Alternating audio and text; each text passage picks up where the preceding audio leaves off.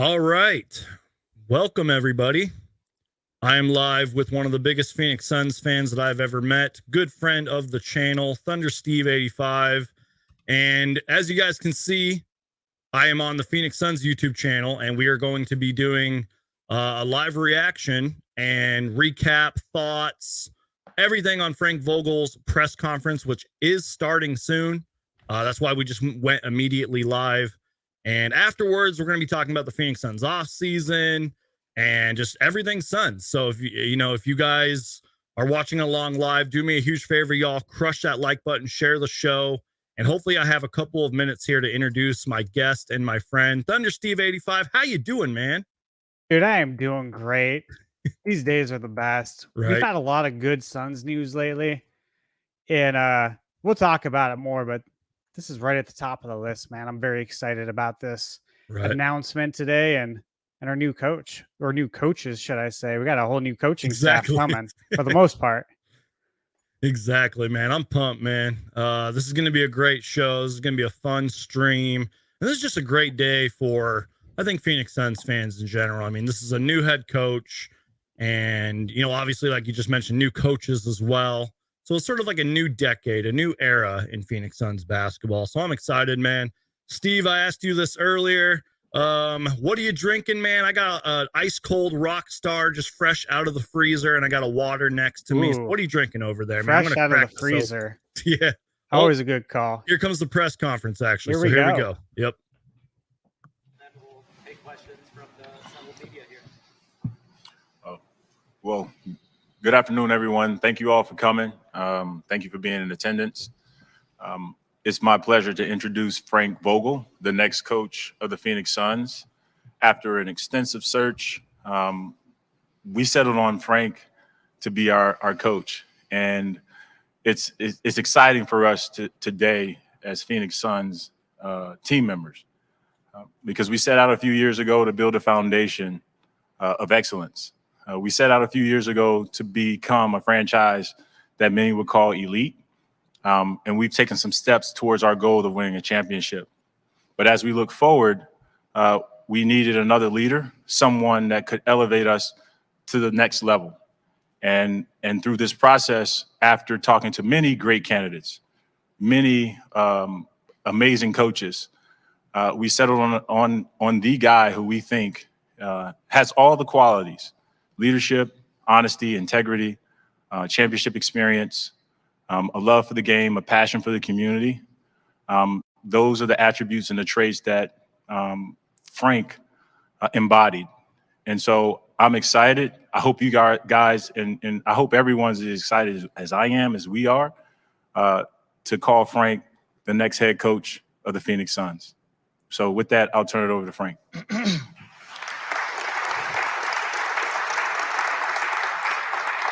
Thank you. Hello, everyone. How's everybody doing? Appreciate the great intro, James. Just want to start by thanking Matt Ishbia and James Jones for putting their trust in me to lead their franchise. I really believe in their vision and just thrilled to join forces with them. I also want to thank my family, my great wife, Jen, and my daughters, Alexa and Ariana, over here. It is not easy to be an NBA coach's wife. It's not easy to be an NBA coach's daughter.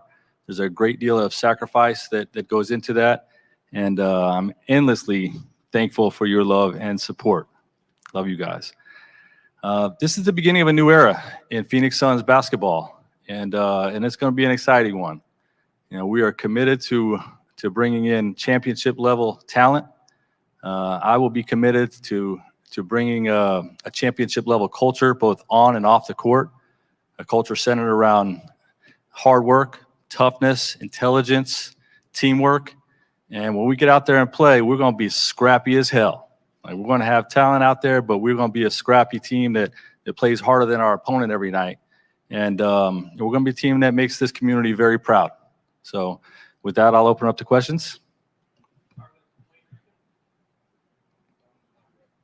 There we go.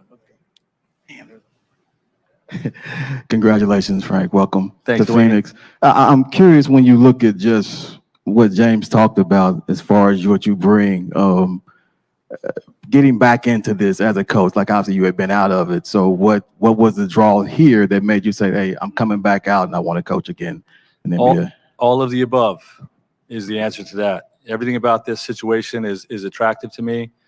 Beginning at the top, Matt Ishbia's energy, is something that, just he's a positive energy, enthusiasm type of guy. And that just aligns with who I am as a person and what I like to bring to the table.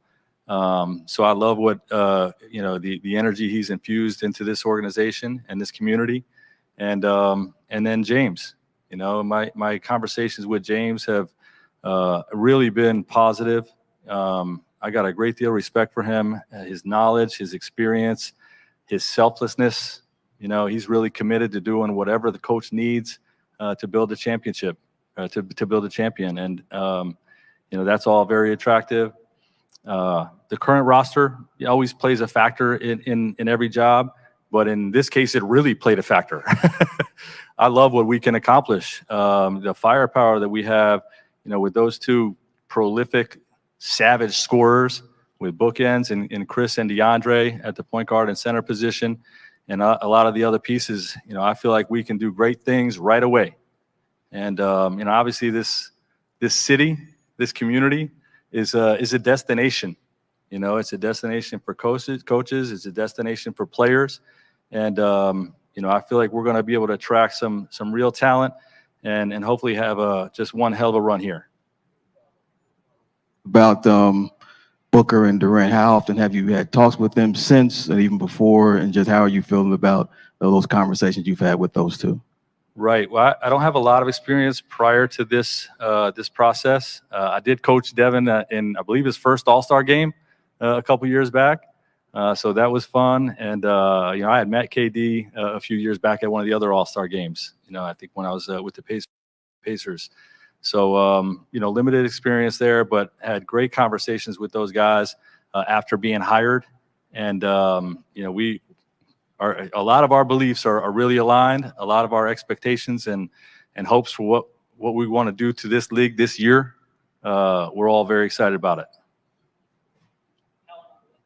Hey, Frank, Kellen Olson, Arizona Sports. Nice to meet you. Welcome to the Valley. Thanks, Kellen. You're one of a handful of coaches in your first year with the team to win a championship. What can you apply from that first year with the Lakers here in Phoenix, and what did you learn from that process to instantly turn a team into a champion in your first year establishing a program? Yeah, I think the first thing I can apply is direct belief, because I've done it. I've been a part of it, and I know that if the talent is in place, that you can galvanize a group and, take the league by storm. And, we have that type of talent here. We have that type of IQ and experience and firepower. And, certainly we're going to build on that. But the word belief, having just done it is the first thing that comes to mind.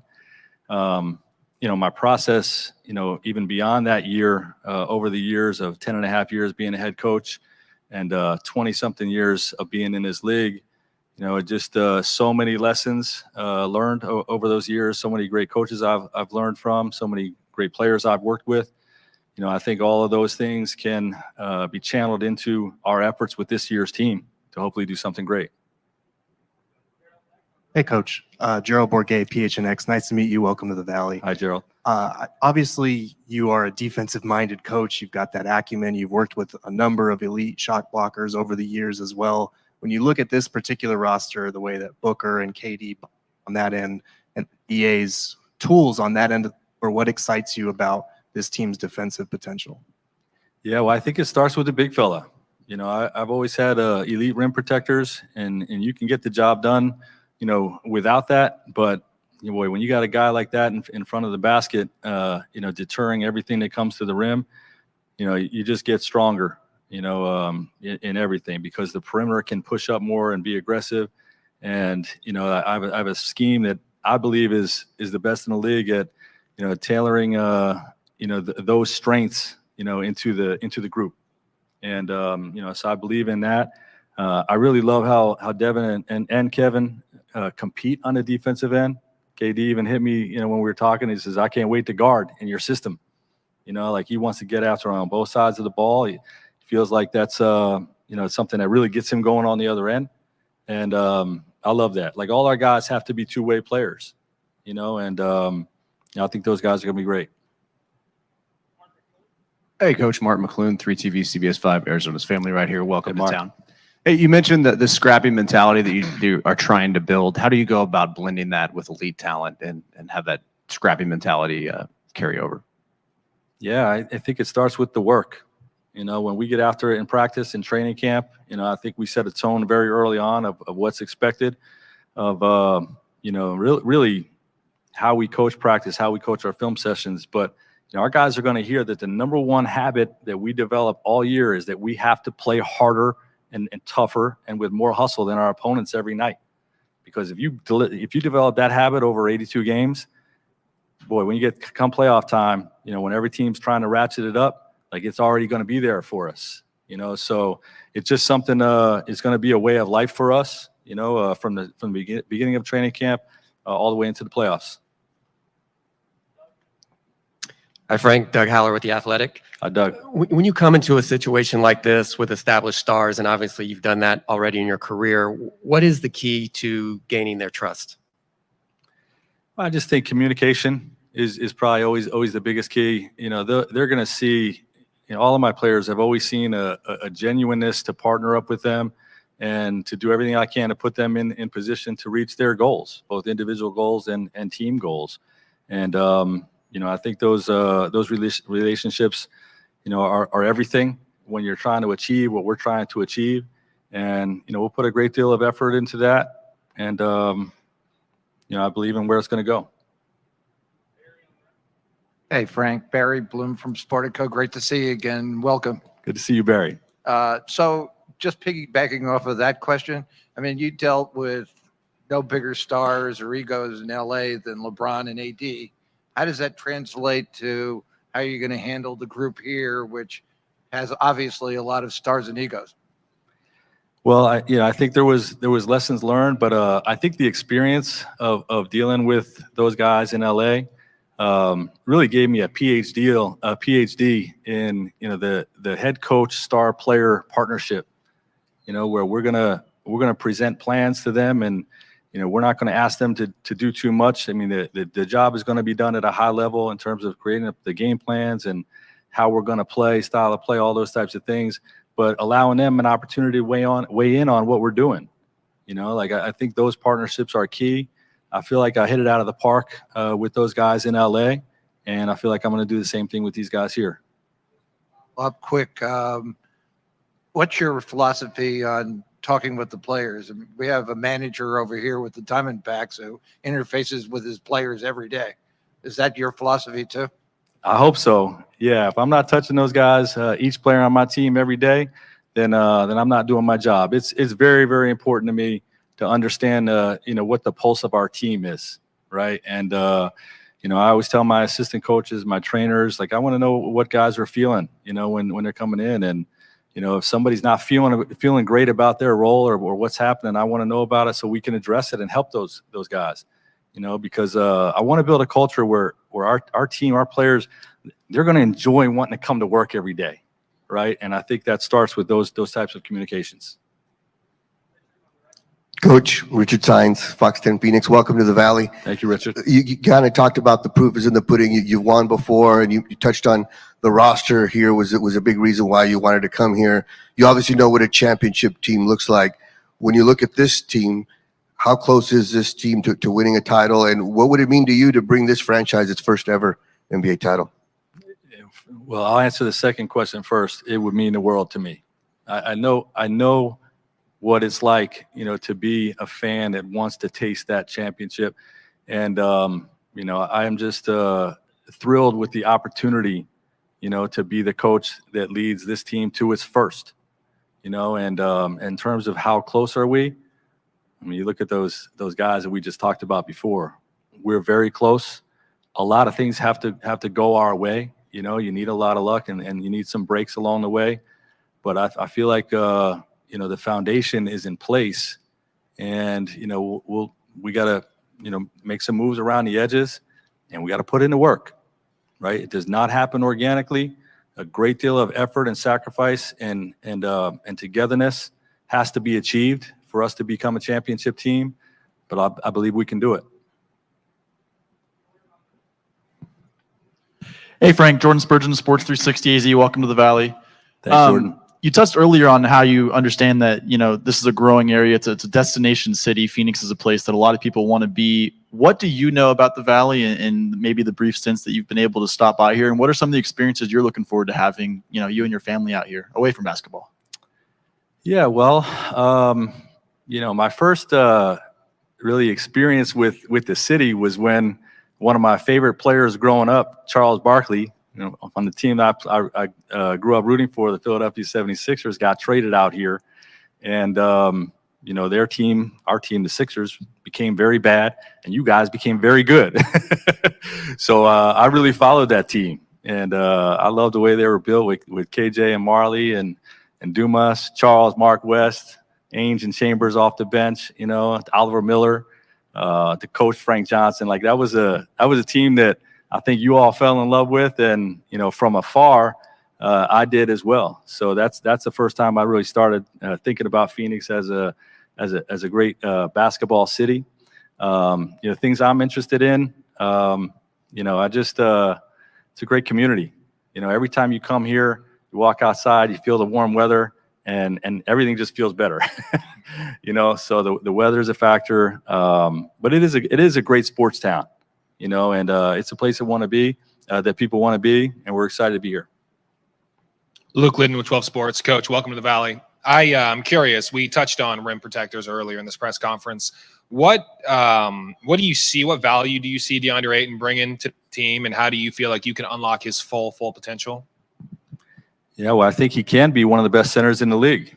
You know, I think he's shown that at times throughout his career. You know, I know he showed it when we played him in the playoffs a couple years back, and he shot about 80% from the field, and deterred every drive, every cut, every effort to attack the basket. You know, he can be a big time deterrent, and you know, there's still areas that he can grow offensively.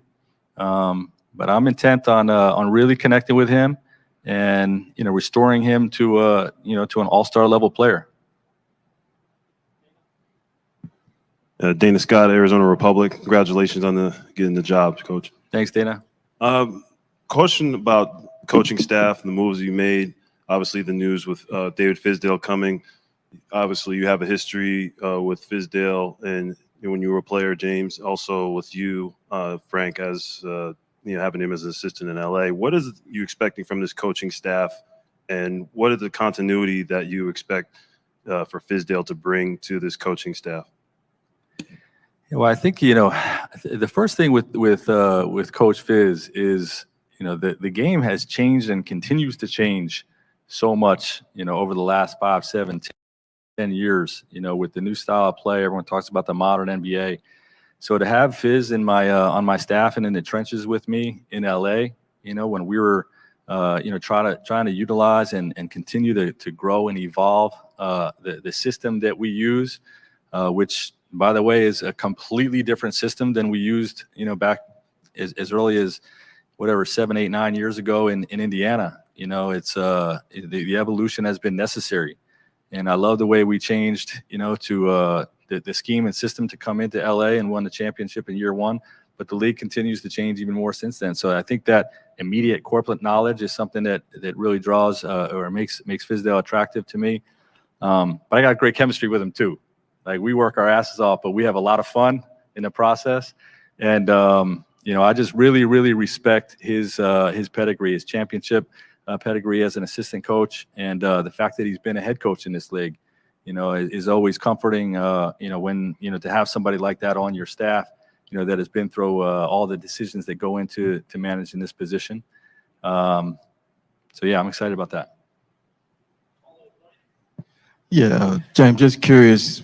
You obviously, when you were a player, he was a coach at Indiana, and then so you knew him in that sense. And Good then, old days. We beat him. Right. We know that 7-game series, but we know that. We beat you a lot. You beat us, but we beat you up. That is true. That is true. So you knew, you had an idea of who he was, and then obviously What did you learn about him during the interview process that maybe you didn't know that helped you move forward with the hire? I mean, well, you make a bunch of assumptions when you see a team play so tough and physically and like beat you up. So I was expecting Frank to be like that. I was expecting him to be rough and tough. And but what you find is that he's extremely well balanced. And an underrated trait is he's a guy that knows how to bring the toughness out of you without barking, without screaming, without pushing. And he gets you to believe that you're tough, even if you aren't, until you actually start doing it. So those have been the conversations we've had about the approach to get the result that you want in an unconventional way. Because we all know that it's extremely, extremely difficult to do the things that we want to do. But he just has a great way about him of making it fun. Like you said, making it a joyous activity to do hard things.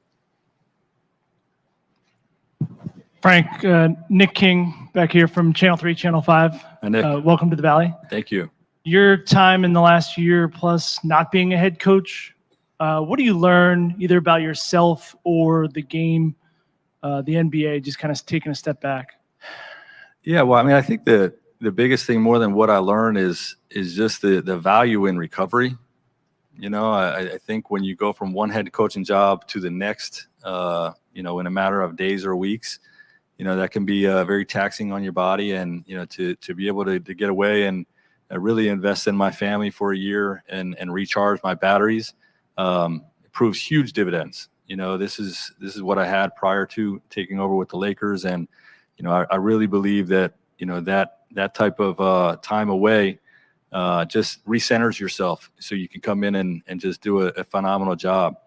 I grew up on Eastern time zone. So, you know, living in a Pacific time zone has been awesome because the games start at 4 o'clock and then the second round starts at 7 o'clock. So I watched 6 hours of basketball pretty much every night of the year in my sabbatical year.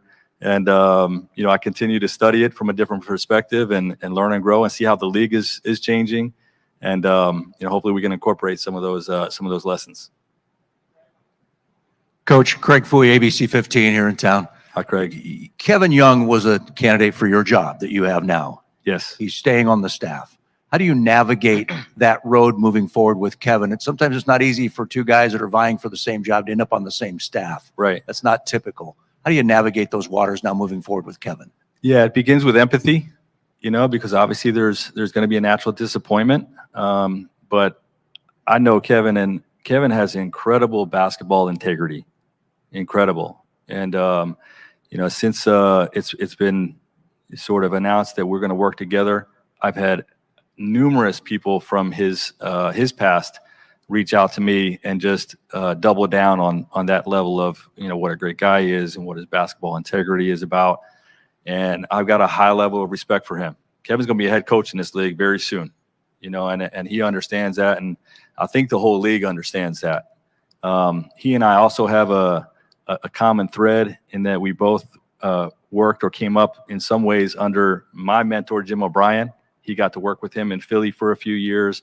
And obviously Obi was my guy ever since I was in college, you know, giving me life lessons and showing me the discipline required to be a great coach. And, you know, really just how to be a great man, a great family man. So Obi and I are very close. And, you know, the fact that, you know, he spent time with Kevin and absolutely loves Kevin just gave me a great deal of confidence that, you know, this is going to be a partnership that really, really works. And we're going to have some firepower, quite frankly, from a standpoint of the coaching staff. Got a two-part question for both of you. James, how important was it to be able to retain Kevin with the way that the coaching search went? And then Frank, what do you kind of envision his role being moving forward? Well, it was critical for us. You know, throughout the entire process, we've had frank discussions with Kevin around his desire to be in Phoenix. He wanted to be here. We wanted him to be here because he's a great coach and he wants to win. And so given the opportunity to stay here and continue to build with us, it was an easy decision for him and it was an easy decision for us because I know what he truly wants. Like, he's had an opportunity to see us build it and he knows the work we have left to do. and he wants to be a part of it. And for me, that's important. Like the desire to be a part of what we call the hardest thing we'll ever do is real for him, and he wanted to be supportive in every way. So I'm excited about having him because he knows who we are, and he knows what we're missing, and he can help coach get us to where we need to be. For sure. And from my perspective, I have not locked in on roles for my assistants until I complete my entire staff. What I can tell you is I loved what he did from an offensive coordinator type of role here in the last few years. I got a great deal of respect for his offensive mind. But when you're on the cusp of becoming a head coach, you're a great coach on both sides of the ball, right? And so I believe in what he brings to the table both ways. And when I complete my staff, we'll finalize what those roles look like. Congratulations, Doug Franz from Doug Franz Unplugged and WTSMTV.com. Thanks, Doug. When James Jones introduced you, he said, we needed someone that we felt like could get us to the next level. This is a city that believes we're at the point where it's championship or failure. Do you embrace that opportunity, or is that a little unfair? Hell yeah. I've been with teams where we're going to take the long road, and that can be fun. That journey can be fun, but I love the mindset that we're going to go after it right away with all we have. And I don't give a damn about what the outside narrative is around expectations or whatnot. I care about what our expectations are, and our expectations are to go for it this year and hopefully every year that I'm here. James, can you take us through some of the core factors that led to dismissing Monty? A hard decision had to be made about where do we go next, and moving forward. I just felt we needed an injection of a different voice, a different energy, and I mean it's really just that simple. And as we evaluated where we were and where we wanted to go, we just saw a gap, and we needed to fill it. This question is for either of you to answer. The Suns obviously have 8 guys that are going to be free agents later this month, and the bench was a concern coming into this season, since it's still the finals technically. So, what exactly do you feel is going to happen with the bench and developing that, or letting some guys walk and retaining some of those players? I mean, those are roster decisions that. I never talk about what we do with the roster, but I will say this: every guy on our team, they were on our team for a reason, because we believe that they're capable of getting us where we need to be, and so we'd love to have our guys back. But we know, that some of our guys perform really, really well, and they'll have opportunities where they may not be back with us. But our commitment is to fill out a team that we believe can win in the postseason, and I truly believe that last year. In the year prior to that, we've had enough on our bench. We just need to find a way to build that chemistry, bring it together, and win games, because we're not that far off, despite all the outside narratives. Every single player on our team won us games and made winning plays in the postseason. We just need to collectively make a little bit more. Hey, Frank, Eliav Gabay, Sports 360 AZ. So we've talked about how there are so many moving pieces here. Coming in, how do you go about the challenge of developing that chemistry with these guys as you get it going? Yeah, it's a time investment. You have to put in the time and try to connect with our players, our new staff, everybody that I'm going to meet because I'm new to the organization. You got to put in the time with those relationships, and on the court, off the court, every way that we can do it. We'll invest in those, because that's going to be the lifeblood of this whole thing, right? We can talk about X's and O's and making shots and playing defense and stuff like that, but if we're not building the necessary relationships along the way, then I don't think we're going to be strong enough to get over that hump and win a championship. So it's a necessary investment, and it's a time investment.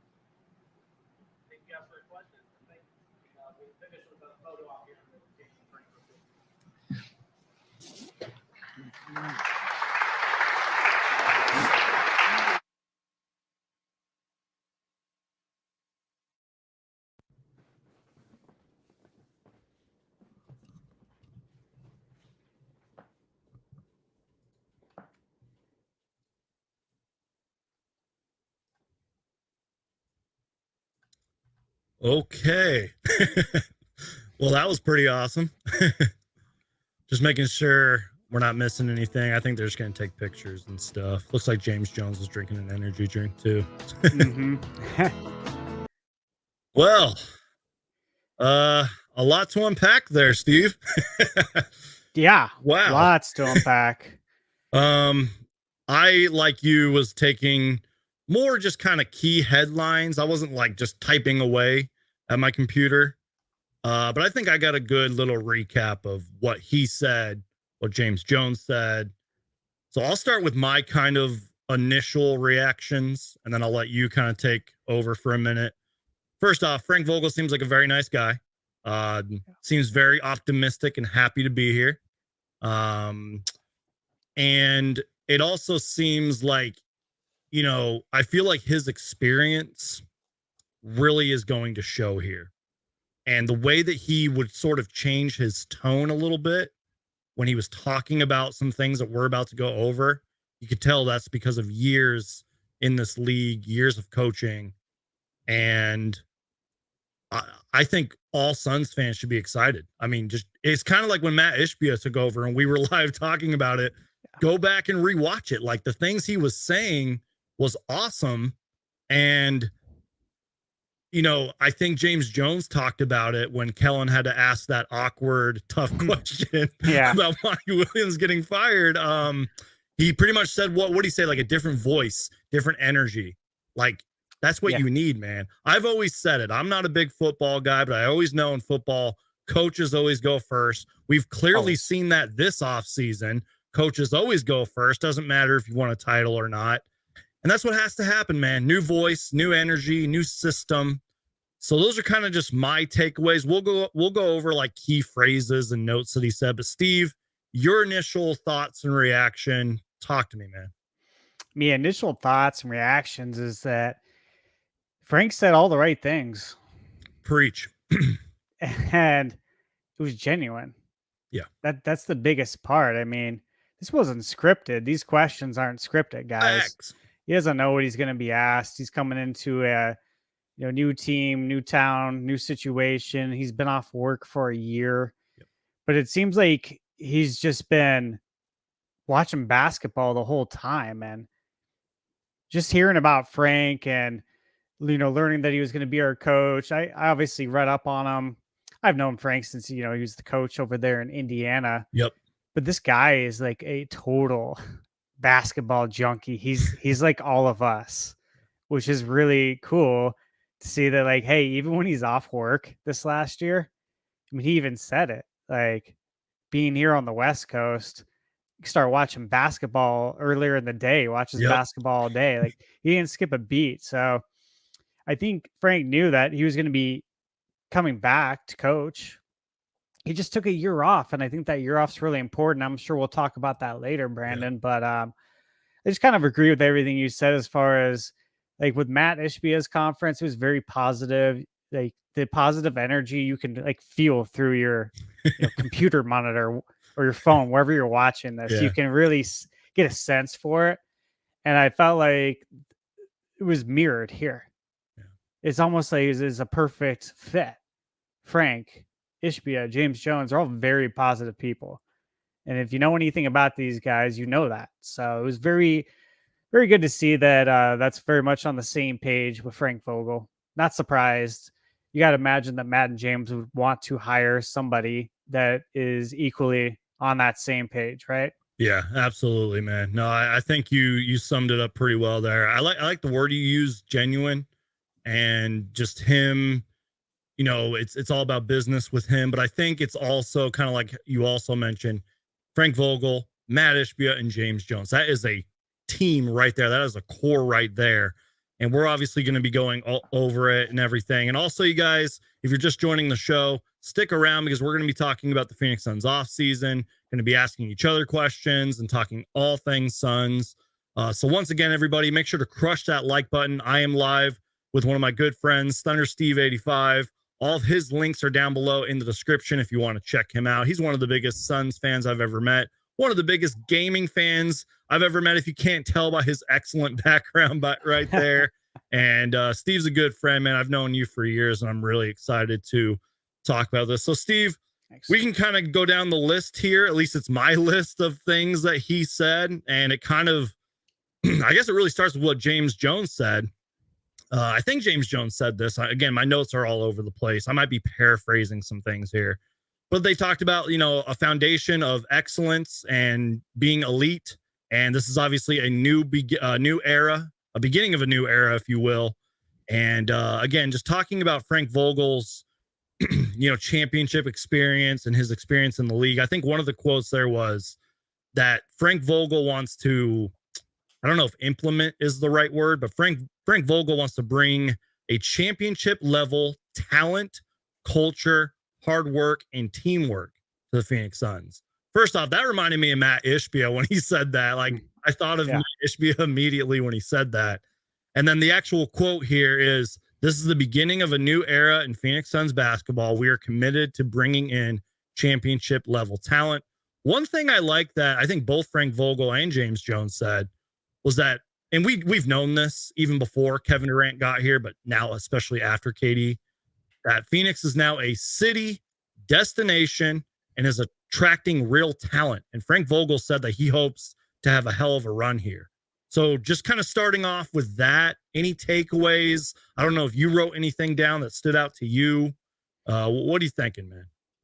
Oh, yeah. So regarding that, I think that was kind of his opening statement.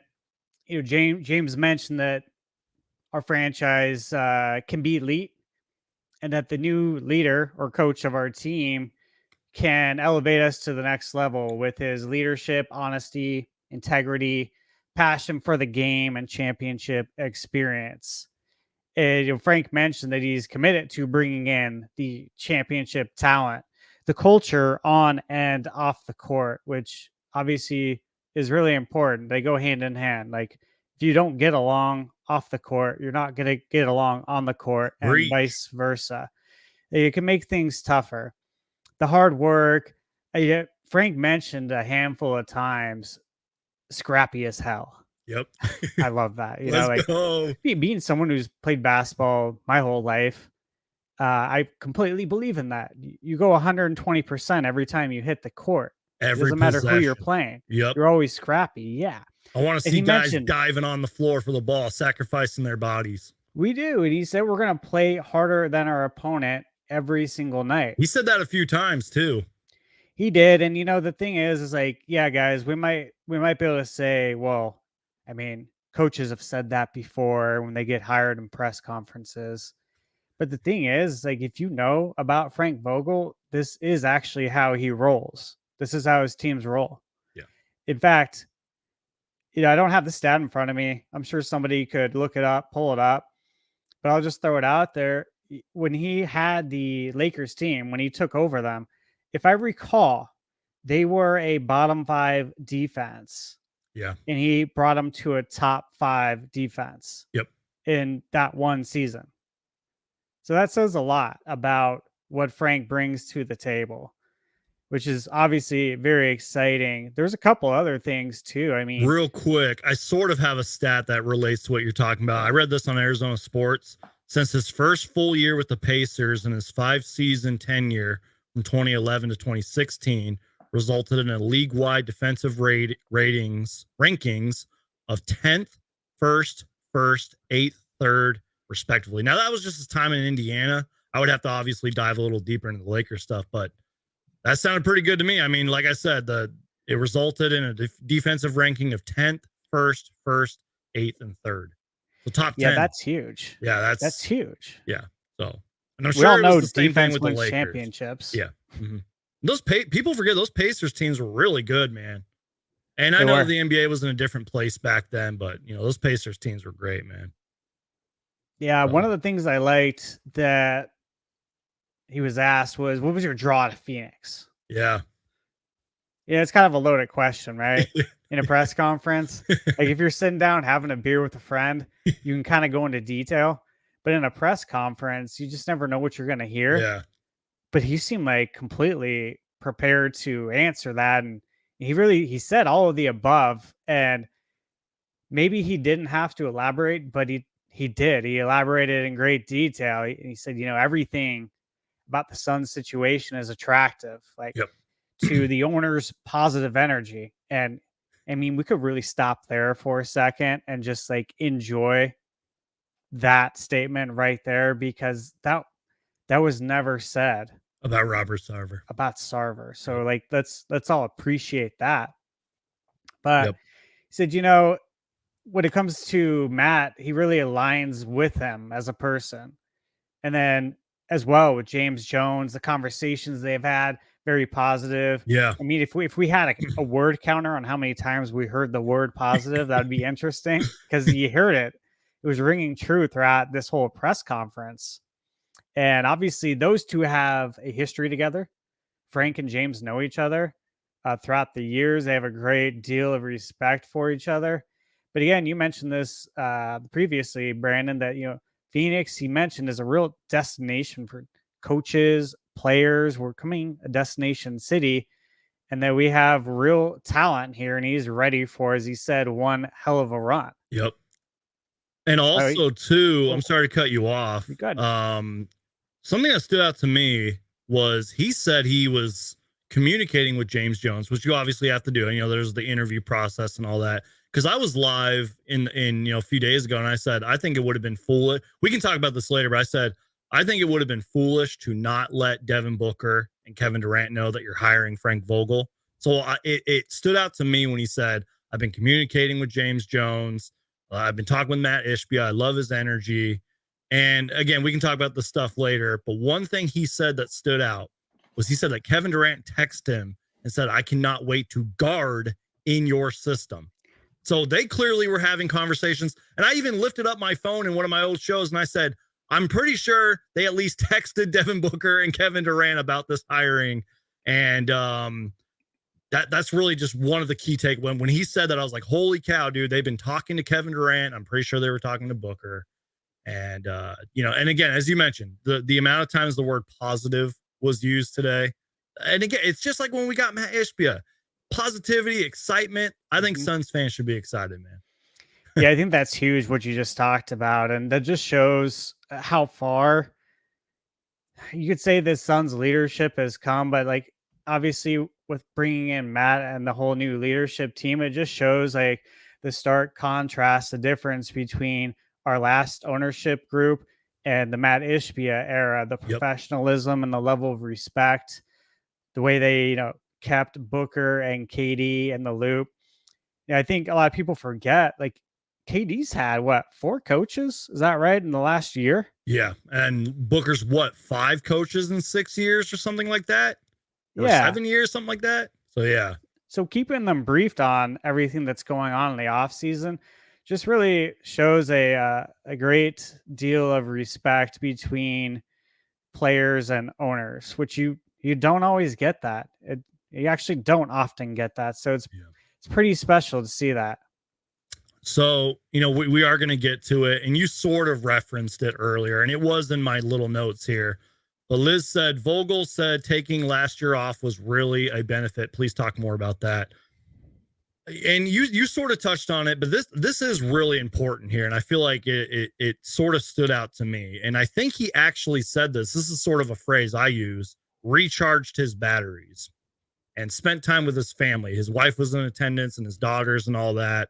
And another thing that stood out to me, Steve, is he said, I've watched 6 hours of basketball or more because of the time zones. He's no longer on the East Coast and all that. And he said he keeps studying it from a different perspective. I love that. Key word in that is probably studying. And, he talked about how the game is changing and the league is changing. And he's trying just to process that and study it. But, you mentioned it.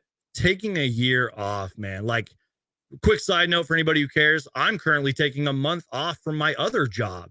And I've only done that for about 2 weeks now. And I feel like I have a completely different mind than I did a couple months ago when I was in school, working with the kids. That's what I do on the side and everything. And I know that you've took time off from your job as well, Steve. Yeah. That is really important, man. I mean, you get to clear your head, you get to do whatever you want to do, be with your family.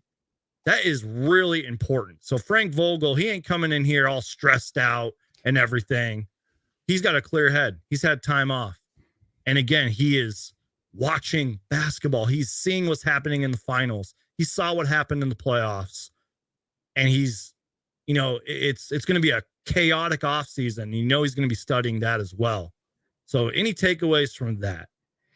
Yeah, obviously, so taking a year off work is huge, Yeah. in my opinion. And of course, for all the reasons that Frank said about being able to recharge. I will say this, we haven't talked about this, but in my opinion, and probably many other basketball fans' opinions, I have to imagine that, Frank was the fall guy. Yeah. During that Lakers season with Westbrook. He was the fall guy. He wasn't the problem. He wasn't the issue, but he lost his job, right? So he didn't lose his job because he's a bad coach. He lost his job because he was the fall guy in the LeBron James team. This has happened before. Yep. I'm sure if someone looked it up, we could see how many times a head coach has been fired that coached LeBron James. And if they didn't do good, the coach gets fired because that's just how it's always worked with LeBron. So he got a year off that he probably was not planning on having, right? Yeah. It's kind of my point. And so it's not like he thought about retiring or anything. You could clearly tell that Frank's not able to turn it off just because he's not clocking in or driving to an arena every day and working. He can't turn it off. He sat in front of the TV all day and watched basketball. Yep. Like that's how you know that he's like a total basketball junkie. And he's literally watching, offensive, defensive schemes on the court, trying to probably pick apart other team systems. Yep. And it just shows his hunger and desire to get back out there and to compete. I mean, he's a competitor. The guy played college basketball. He played Division III basketball. It's in him. It's Who great else? to see this. You know who else watches a lot of basketball and goes to games? And I'm not even joking here. Chris Paul, Kevin Durant, and Devin Booker. Kevin Durant said it in his press conference. Oh, I've been watching a ton of basketball. Booker's always watching either highlights or games. And Chris Paul, that dude lives and breathes. He watches basketball in his sleep. I'm not even joking. So yeah, they're true students of the game. Exactly. Yeah. True students of the game, man. That was huge right there. We are going to talk about it later. We're going to talk about the DA stuff, but there was a few DeAndre Ayton questions in there. We can maybe touch on that later. I'm just going to go over some final notes that I took.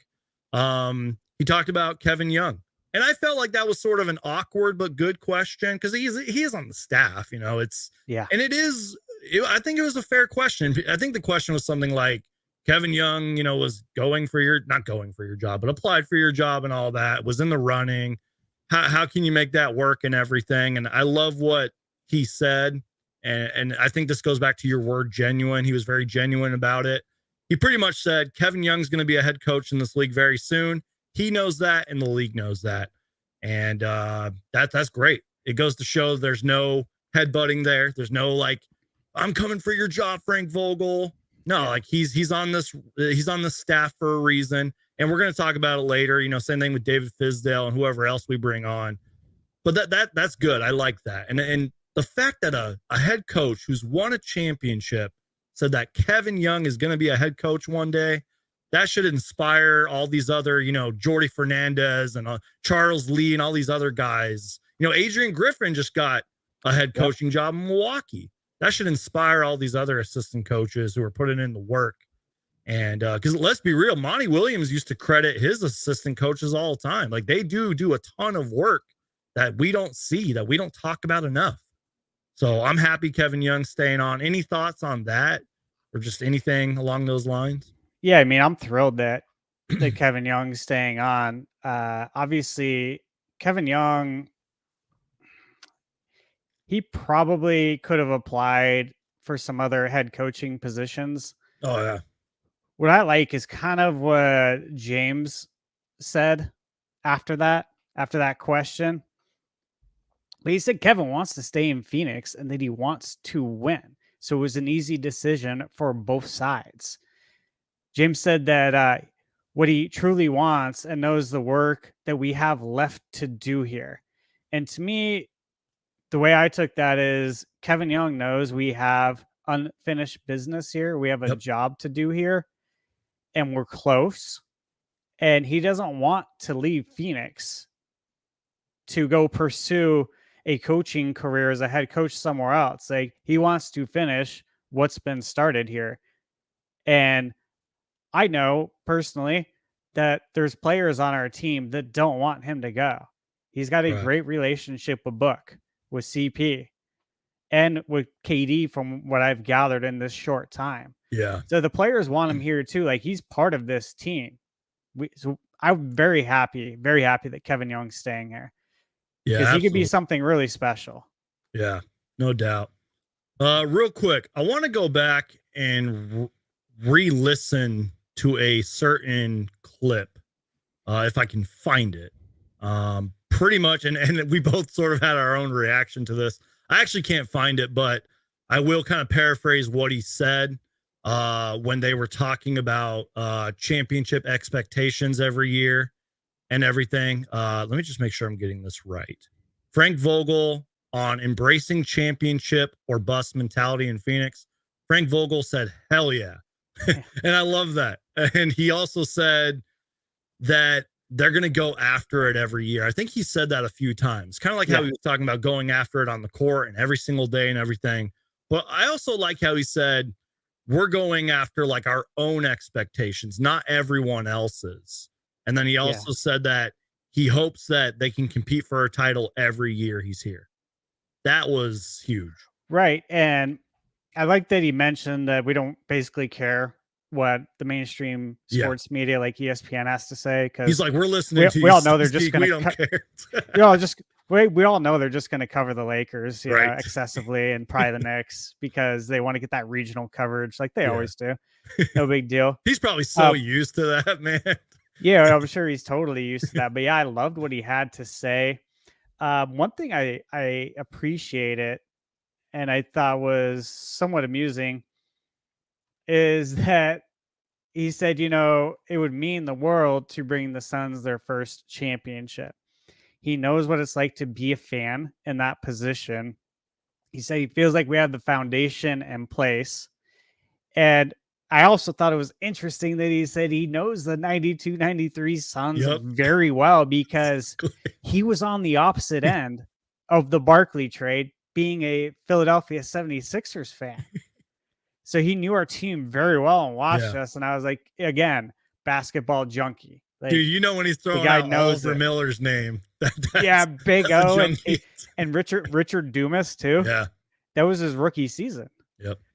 You know, he was like one of the few rookies ever at that time to be a starter in the NBA Finals. It was a big deal, especially on our team with our roster, right? Yeah. So really cool. I mean, like I said, guys, I mean, we could sum it up, but it's like, I don't know. Everything he said was just dead on, resonated. And you could almost, Brandon, obviously we covered the Ishbia conference together, but you can mirror a lot of what Matt said and what Frank said. That's and what I'm does that not saying. just tell you they are completely on the same page? It's clear to see there's a connection there, and there's a reason why we hired him. That's what I'm saying, man. Like, James Jones, Matt Ishbia, and Frank Vogel, they probably had so many discussions and meetings and interviews. You know what I mean? This has probably been in the works before it was even reported. You know what I mean? I get that from Matt Ishbia. And that was why I noted it. I said that Frank Vogel said he was communicating with James Jones, has respect for him, etc.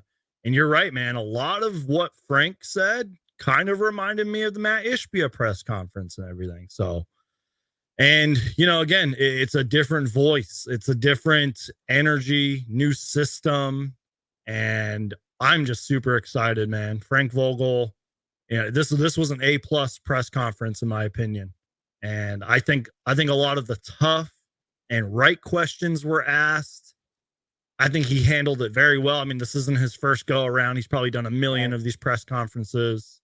He seemed excited. He seemed to have like a certain energy about him. He looked refreshed.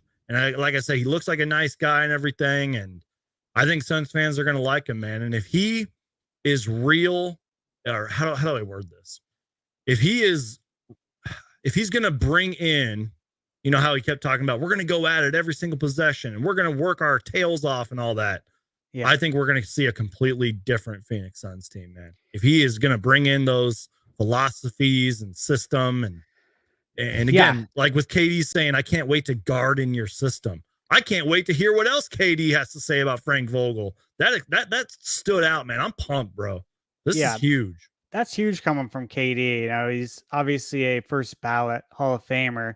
One thing Frank said, I'll just say this, is that he said, quote, he has a scheme that he believes is best in the league that will tailor to the group. So, I mean, it takes a lot of guts to say in your press conference after you've been off work for a year, that I believe my defensive scheme, my system, my playbook is the best in the league still right now after I've been off for a year. And, you know, it's one thing to say, I think I do, using the word think. It's another thing to say, I believe I do. Yep. Thinking and believing are two different things. Yep. Mm-hmm. And I was like, dude, that's awesome. And like, that's what I love to hear. You referenced this earlier that, like, you know, Frank Vogel's been off for a year, and you said something like, oh, every head coach is going to say this at his press conference. But let's be real, like, what else are you supposed to say, man? You want to get your fans excited. You want your boss is sitting right next to you. You know what I mean? Like, you got to say these things. And again, the key word in that was believe. Like, Frank Vogel's a very confident guy. And that's what I want to hear as a fan. If I was in that media room or whatever, I'd want to hear that as a media member. Heck, if I was like a Suns employee, I would want to hear that. So, yeah, and he's backed it up. Exactly. With what we've seen him do. I mean, I'm looking at I got his basketball reference profile up. Yeah.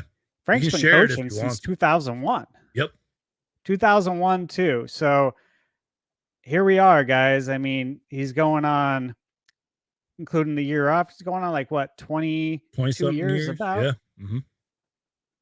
That is huge. And I talked about this before, man. Think of all the superstars and talented players he's coached, been around, all the other coaching minds. You said it since 2001. Is that correct? Yeah. That's 2001 too. Dude. He was an assistant for Boston for 3 years. Then Philadelphia was an assistant. And then, of course, he was assistant coach in Indiana for 4 years before he became the head coach. Yep. That's that. Yep. Mm-hmm. So he was in Indiana. He was a mainstay there, as we all remember, for a long time. And that was during the Paul George era. I can't remember if Artest was there at the time. I know. It gets a little foggy going that far back. But then he spent some time in Orlando. Yep. Didn't have the best run there, but wasn't the best run. They weren't. Yeah, it was different team, different era. Yeah, he's a basketball mind. I mean, this guy loves the game. Yeah. Yep. And that's, again, you mentioned something that I've talked about before, was the 4 or 5 years or whatever before he was the head coach in Indiana.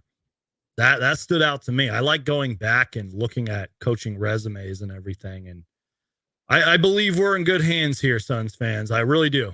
I know that the hire originally got some mixed reactions and feedback. Oh, Frank Vogel doesn't do this and everything, you know, with the way that he went out in LA, like, guys, it's a new era. Let's embrace this like he's embracing us. I believe we're going to be okay. I'm excited. Like Frank Vogel said, and like James Jones and even Matt Ishbia said when he was in his press conference, we want to win every single year. Matt Ishbia even said that in his press conference. You know what I mean? Yep. Every single year that Frank Vogel's coaching and Matt Ishbia is the owner, we are going to compete for a championship, man. How long has it been since we've heard that?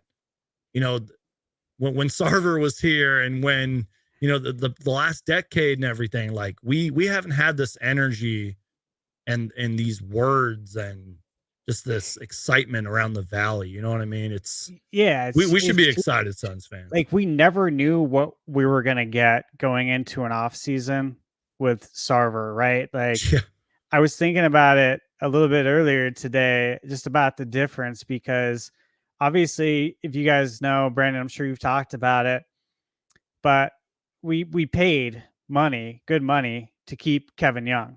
Yeah. Is he not the highest paid assistant coach? Oh, yeah. NBA? Yep. And we're paying good money to get David Fizdale. David Fizdale was in a leadership position, a management position. Yeah. With another team. So we're paying him. Actually, he's making more money to come be an assistant under Frank Vogel's team, which I read, I think, a couple of days ago. Yeah. So think about that. We would have never done that in the past with Ishbia, or not Ishbia, but with Sarver. We would have never done that, guys.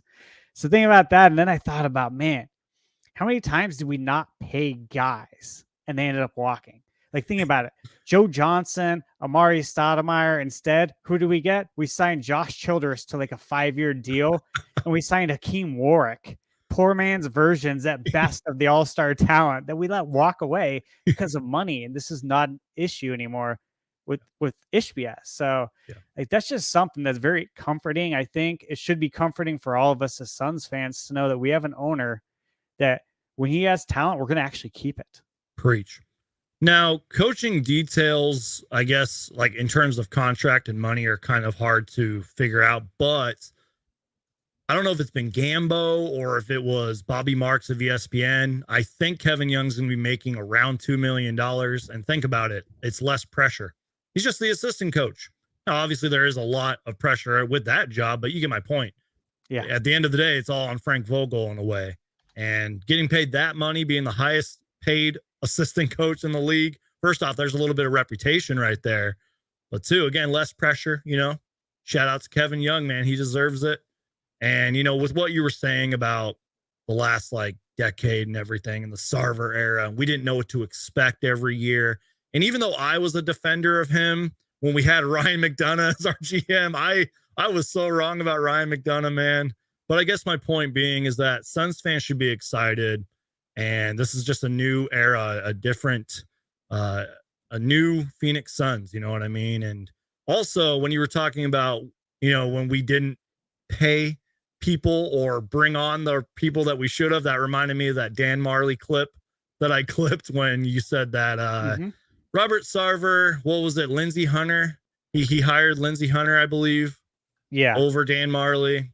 He didn't hire Thunder Dan because he said it would have been the easy decision. It's like Jesus. He just wanted to put his stamp on somebody else.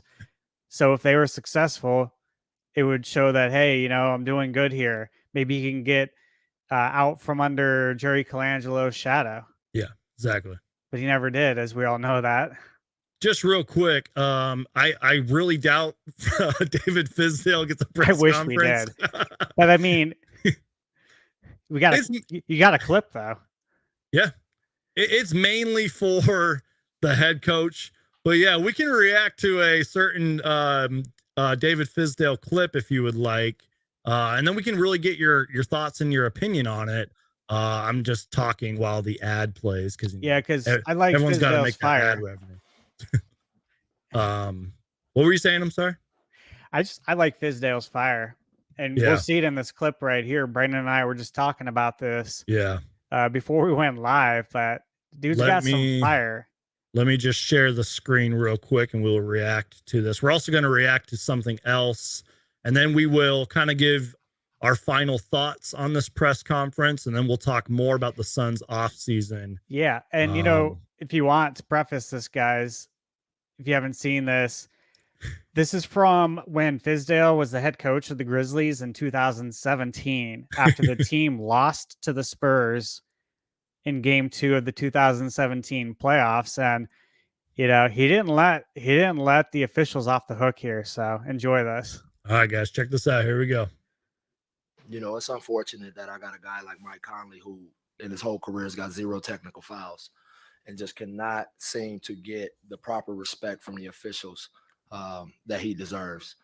It was a very poorly officiated basketball game.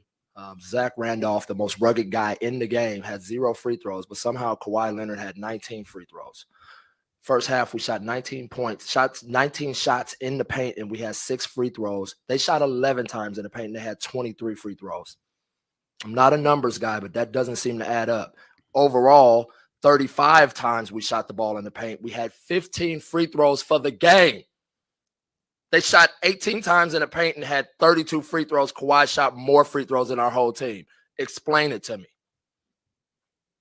We don't get the respect that these guys deserve because Mike Conley doesn't go crazy. He has class, and he just plays the game. But I'm not going to let them treat us that way. You know, I know Pop's got pedigree, and I'm a young rookie, but they're not going to rook us. That's unacceptable. That was unprofessional. My guys dug in that game and earned the right to be in that game, and they did not even give us a chance. All right, thank you. Take that for data. I love that, dude. I love that fire. I mean, hey, I love Monty, Brandon. You love Monty. I think we all love Monty, right? We all know that.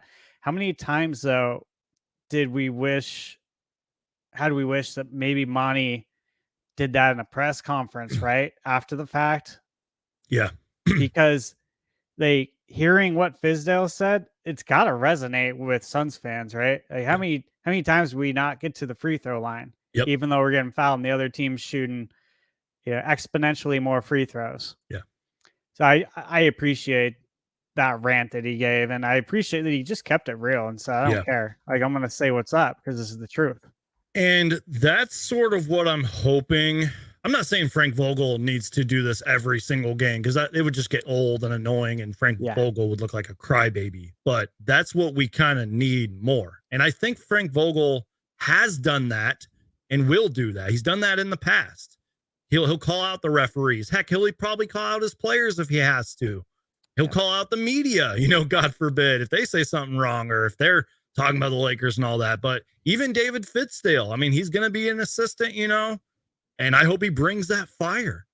And even though he didn't have the greatest head coaching record, again, this is another guy that's been in the league. He's going to bring that fire. And just real quick side note, he talked about in that clip about Zach, I think it was Zach Randolph, being one of the most rugged dudes and all that. And he only had X amount of free throws. That just brought me so many flashbacks to, this even just past season, like when we played the Lakers in the regular season and they had like 46 free throws and we had like 26. That I made a whole video on that. I clipped that. I was live with one of my Lakers friends who's also a content creator. And even he backed us up. He said, the Lakers getting to the free throw line 46 times was ridiculous. Insane. So, absolute insanity. Yeah. And nobody wants to watch a team shoot 46 free throws. Exactly. That's not basketball entertainment. And real quick, that press conference or his little rant was November 27th, 2017. So the league was still changing, but he said that then, and it's still very true now.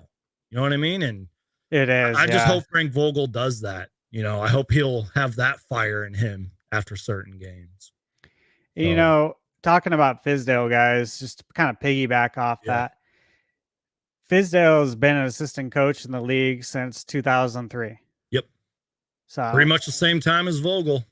Warriors, Hawks, and then he spent, 4, 5, 6, 8 years. A lot of time in Miami. Yeah. 8 years with Miami, and we all know Miami, right? I mean, not just because they're in the finals, but Miami runs a really great basketball team. Like it's a great franchise. Obviously, Pat Riley, the Godfather, is I like to call him. He's sort of the Godfather of the NBA.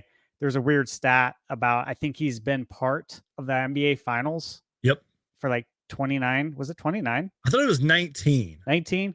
Something with a 9. 19 Player, or 29. coach, and GM or like front office role, which is insane. Which is just nuts. But obviously, you guys know, like we all know the story. If you don't, you can watch Google video, but of how Eric Spoelstra got hired to be the head coach. And there was pushback from LeBron, from his, unit, his team at the time, bringing in a guy who's a video coordinator to be our head coach. Yeah. I think LeBron probably wanted Pat Riley to coach. And I think that, understandably, and that was yeah. a rumor at the time. But point is, like, not to go off on a side tangent, but that's good pedigree playing over there in Miami, like being a coach over there during that whole time with LeBron and D Wade and Bosh.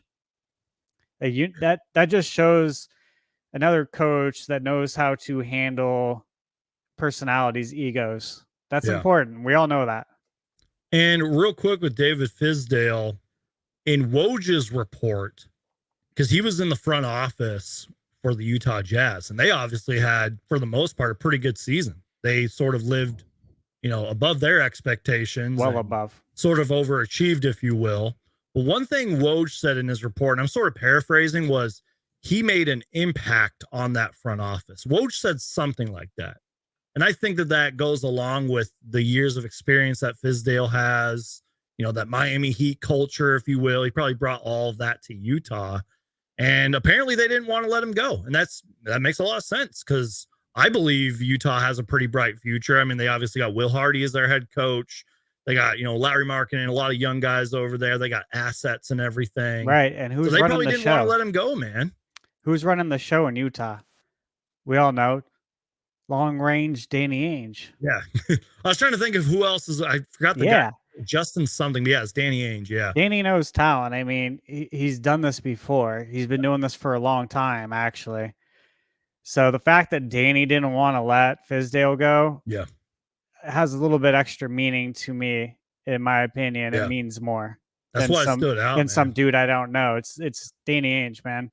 I mean, basketball pedigree for days. Real quick, can I go on a quick tangent? I think when we hired David Fizdale, some fans thought we hired him as our head coach, because I had a lot of comments in my comment section saying, this is a terrible hire. Look what he did in New York and in Memphis. I'm like, guys, he's just the assistant coach. Relax. Like, he's got Kevin Young above him and Frank Vogel. Relax, Suns fans.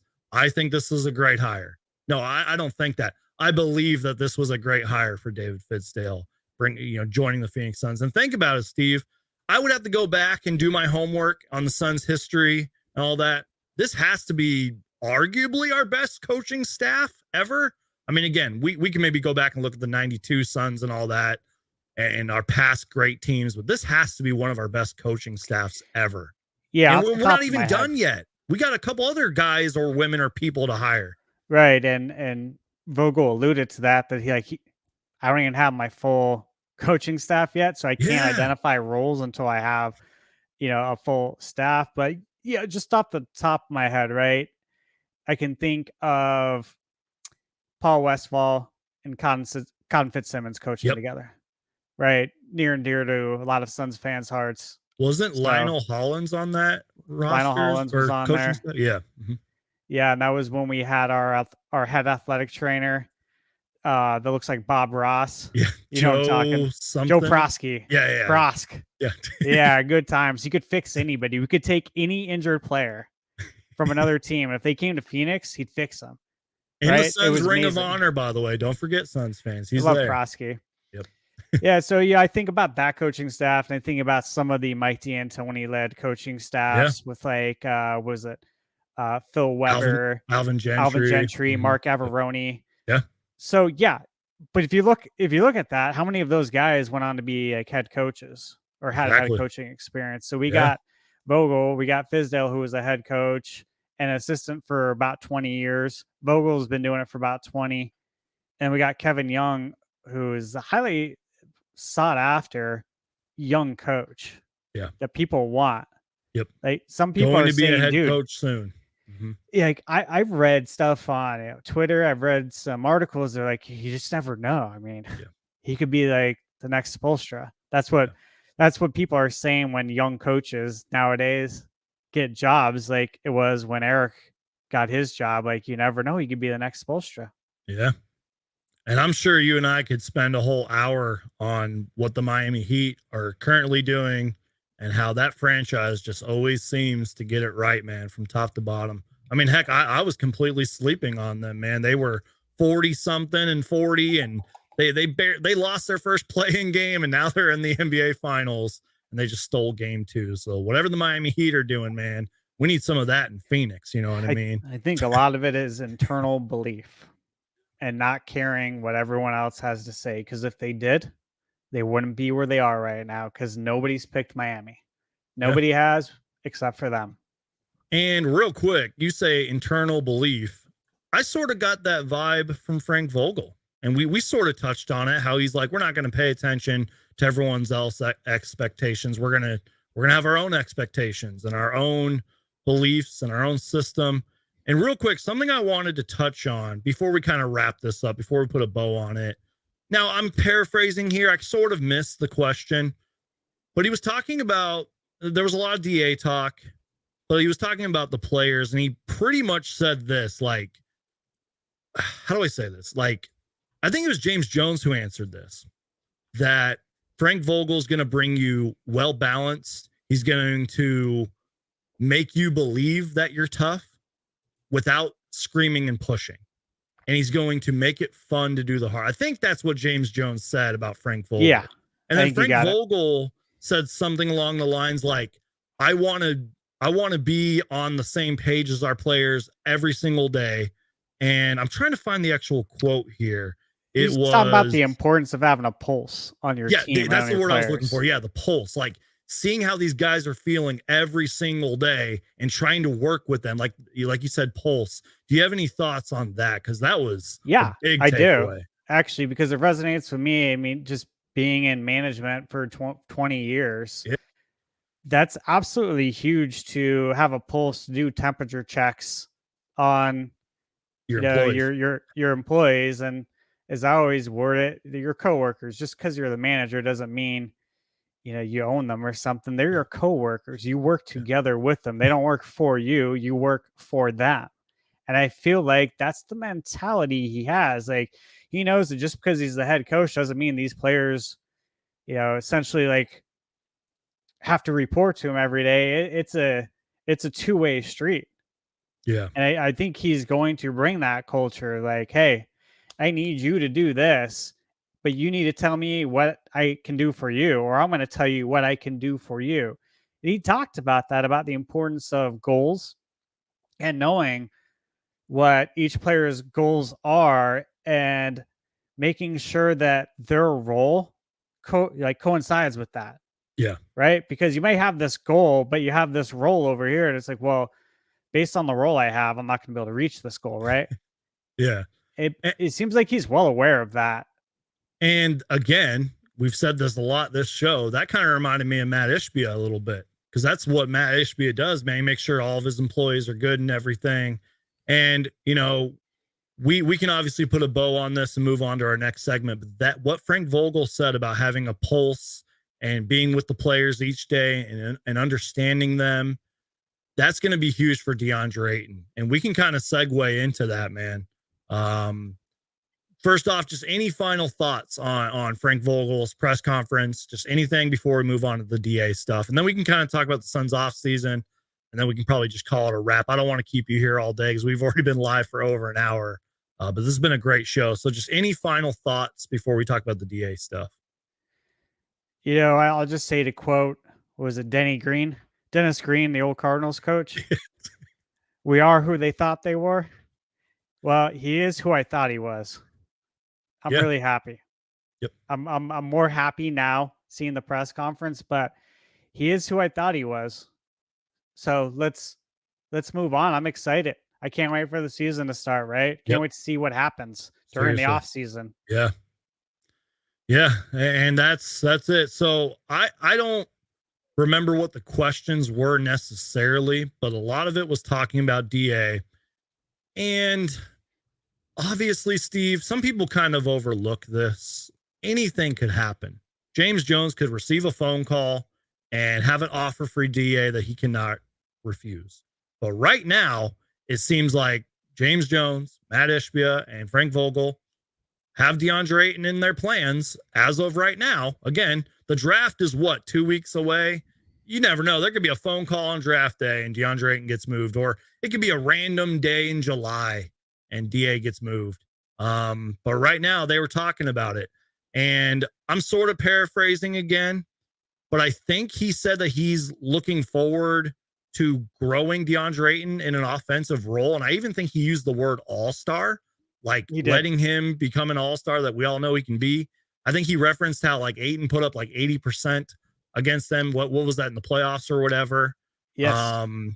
So did I miss anything from what he said about DA? What are your thoughts on that? And I know I'm asking you like a lot of questions here, but do you think DeAndre Ayton will be on this roster at the start of next season? Like, I'll let you take the floor. What do you think? What's your thoughts on DA in general, man? Well, guys, like, I mean, if you were listening to every word in this press conference, it felt right. It felt abundantly clear that DA's staying. Probably. He was very excited. Now, a week ago, I couldn't say that. A week ago, I gave it a 10% chance 10% chance he'd stay. I couldn't either.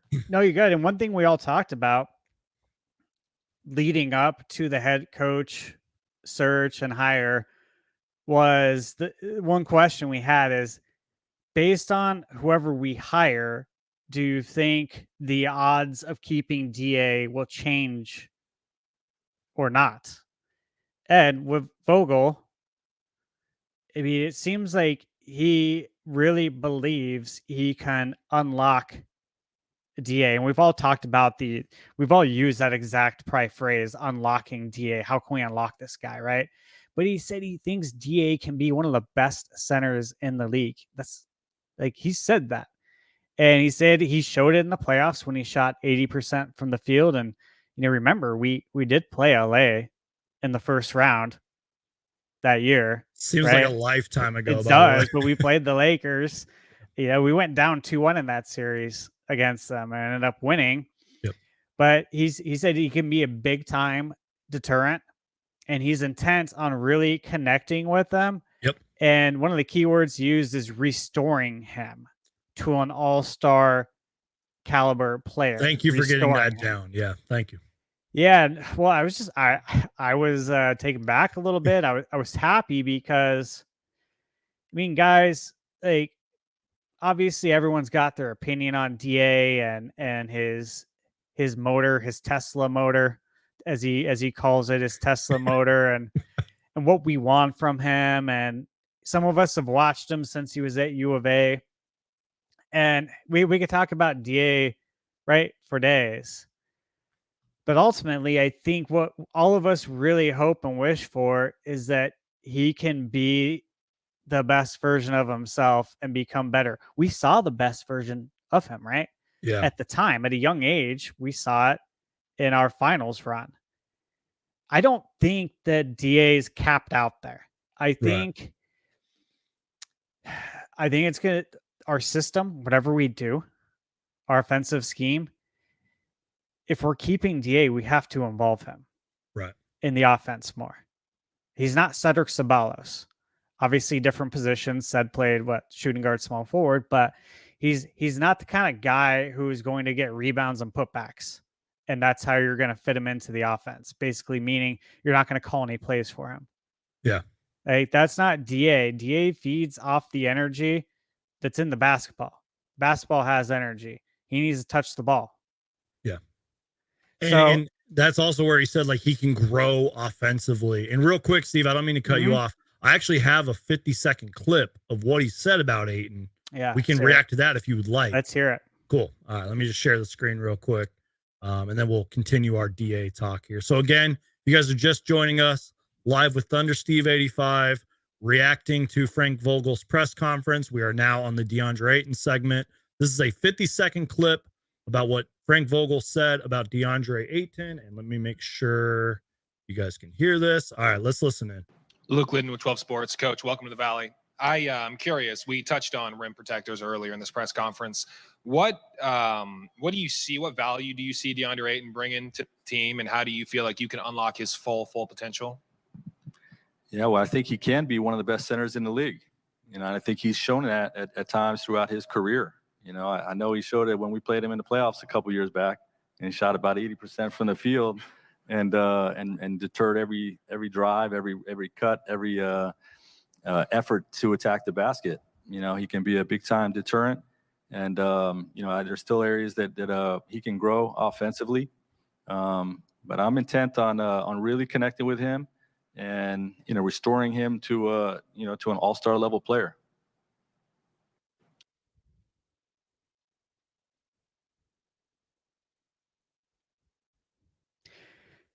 My bad. I forgot that I was still mute. What was I trying to say? You said it, and he said it as well. Like, restore DeAndre Ayton to potentially an all-star level player. And Yeah. real quick, you might have touched on this. He talked about rim protection. That's one of the things I've been the biggest critic about, is our rim protection sucks.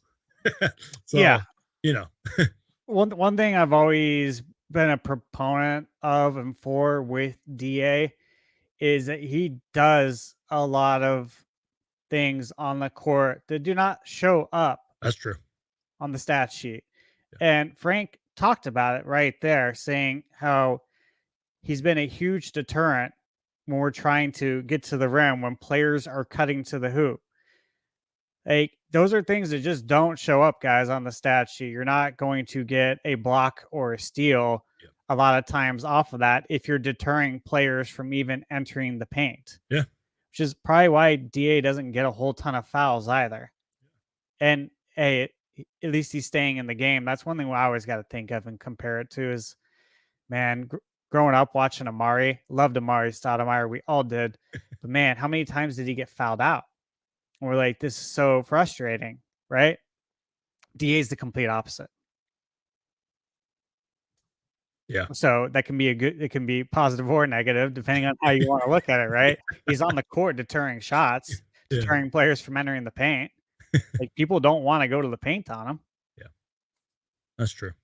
No, you're right. And, you know, it's kind of like we've talked about, we've gone over it. You know, Frank Vogel's going to bring in his new system, his new scheme, his new defensive philosophies. And that's why Kevin Young's there. And that's why David Fizdale's there. Maybe we'll hire, you know, another defensive kind of guy, even though Frank Vogel is, you know, quote, a defensive guru. So that's going to be interesting. But I think that also goes back to our talk with just Frank Vogel and his staff and Matt Ishbia having a pulse on these guys and seeing how they're feeling every day. That's going to be huge for DeAndre Ayton, man. And I'm not saying Monty Williams didn't do that, but clearly there was some kind of disconnect or bumping of the heads with Monty and DA. And I hope DeAndre Ayton listened to this press conference. You know what I mean? Just saying. Yeah. I hope that, you know, kind of like how we talked about, Frank Vogel's not necessarily going to scream or yell at these guys, even though I'm sure he will from time to time, but he'll make you believe that you're a good player. He'll make you want to do the hard work, but have fun while doing it. I hope that gets through to DA's head. You know what I mean? Because if Frank Vogel and David Fizdale and Kevin Young can't reach DA, then nobody can. You know what I mean? I agree. And we've talked about it. We touched on it before, but there was a large disconnect between Monty and DA ever since the Game 7 of the Suns Dallas 2 seasons ago. Yep. And then the whole discussion about them not even talking the whole summer. God. Which is kind of crazy, right? And obviously what our new coach was talking about was checking in with players all the time, having a pulse on them all the time. That's huge. Like, you can't not talk to someone for the whole summer and have a pulse on them, right? For real. And that goes hand in hand with like the on the court and off the court culture. Yeah. Right? Like, off the court, we're not talking during the season. We're talking about the summers too, when you're not on the court. Like, what are you doing? What are you doing to take care of your body? Are you hitting the gym all day? Yeah. Or you're just Things sitting like on that the are beach, sipping some drinks, sipping some pina eating junk coladas. food. Exactly. And that's another thing too. Early in the press conference, I think James Jones and Frank Vogel said it. Off the court winning culture. Matt Ishbia has talked about that. That's huge, man. That stands out to me. So, Steve, just real quick, because I sort of interrupted you with the 50-second clip and everything. Just any final thoughts on DA, man? Like, do you think DA is going to be on this roster?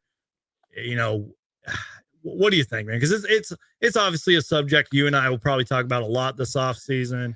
And sure it again, is. I'm sure by draft day, man, we might be having completely different conversations on DA or this roster, because I think it's getting slept on, man. Like, anything could happen. Again, like, we don't know what these GMs and their phone calls are, man. Like, James Jones could be on the phone right now. Who knows, man? Like, it's going to be a crazy offseason, y'all. Yeah. As far as if we're going to keep DA, I mean, here's the thing. Here's the thing we got to look at. Okay. We have a lot of money tied up in DA and CP. Who's more tradable right now? Look at the age and the contracts. Chris Paul. I would say maybe DA is more tradable, like more of an asset because he's young and he has what we have him through 25, 26. Yes, I believe so. So I think if we're talking about like a contract dump situation, CP is more tradable, right? Because it's only half guaranteed too. Yeah.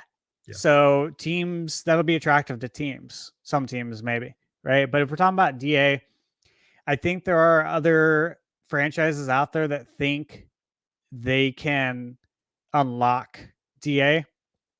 And I actually think that it's by doing a lot of things that were talked about in today's press conference about on the court and off the court and how you take care of yourself and your body, your mind, getting your head right, eating right. There's so many things that go into it, guys, as we all probably know. But I kind of look at that right there and I say, okay, he's a young center. He has finals experience. He has playoffs experience. He's averaged pretty much a double-double.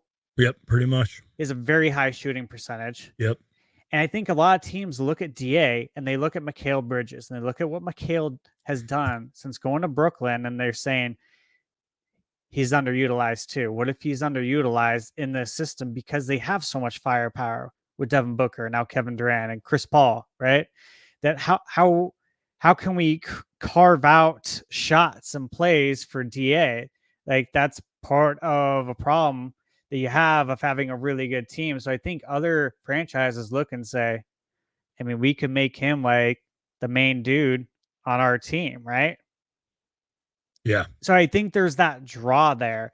And the thing with that is like, okay, if we trade DA, now we can help build around our core guys, right? Our foundation, which is Book, KD, probably CP. Depends on, like I said, if anyone wants to bite on that contract and we can get something good out of it. But I just feel like DA is more tradable in that sense. And if we don't trade him, say we don't trade DA and we don't trade CP, and not to get into a numbers game, but I mean, how much money do we have to build, right? For real. Like, guys are going to have to take pay cuts to come here. And we haven't even talked about the before. CBA stuff too. That's going to be in effect next season, the season after. That's a whole new development, and that's what James Jones and all them get paid the money to study and figure out, man. Exactly. And I know contracts, I know terms, years, and this and that, but I'm not sitting here feeding trades into like the trade machine online. You know what I mean? Like, I let them do that. That's their job. We're fans. We're loyal fans that care about it, and we can talk Suns all day. But when it comes to that stuff, that's like what the professionals. I trust James. Yeah, exactly. Yeah, no, I think that's it, man. And again, we have all off season to talk DA and his future in Phoenix, but I just wanted to get your opinion on it. And we touched a little bit about Chris Paul. I'll just say this: I've sort of been a Chris Paul defender, man.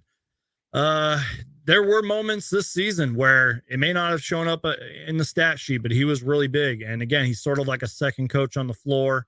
He is the point guard and everything. And I get it. He is losing a step and he is injured and everything. I get it. I don't care, man.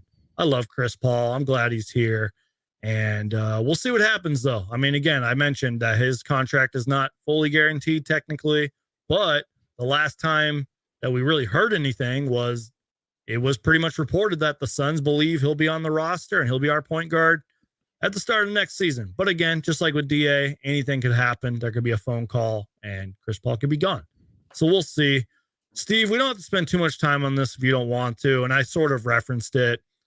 Is there anybody else that is currently on the roster that you would like to see come back? You know, maybe a Jock Lindell, maybe a Terrence Ross, somebody that I'm really pulling for, a TJ Warren, because I feel like we didn't see much of Warren, and I forget what his contract is, but I would love to see TJ Warren come back, especially in Frank Vogel and Kevin Young's system, if you will, and more minutes potentially. Hopefully he won't get buried on the bench. So just any thoughts on that, man? Absolutely. I mean, I got the roster right here. So if I were to look at this roster and name off everybody, maybe we can do that. I can name them off. You could tell me if you want to keep or not. So we'll start at the bottom here on ESPN's roster. TJ Warren. Keep. I want to keep him too. Yep. Especially with some plays for him. He didn't have any plays drawn up. Like everyone's got to remember, like, and I've talked to you about this before. You know, like when McHale went to Brooklyn, he stepped into KD's role. They didn't drop new plays for McHale. You can't do that mid-season. He went right into KD's playbook. Yep. Like you take over KD's role. So we weren't able to like carve out really like unique scoring opportunities for TJ. Right. So given that we have a season to do that, that would be cool. If we can get him for a good deal, obviously. Ish Wainwright. I love him, but no. He's a great culture guy, great for the Valley. I mean, he's been at the Phoenix Mercury games and all that stuff, but no, I'm sorry. What do you think? Okay. Ish is getting paid $474,000 a year. Nice. Which is insane. Under $1 million. Right. Especially with how expensive the NBA is. Yeah. I mean, I like Ish. I know the players like him.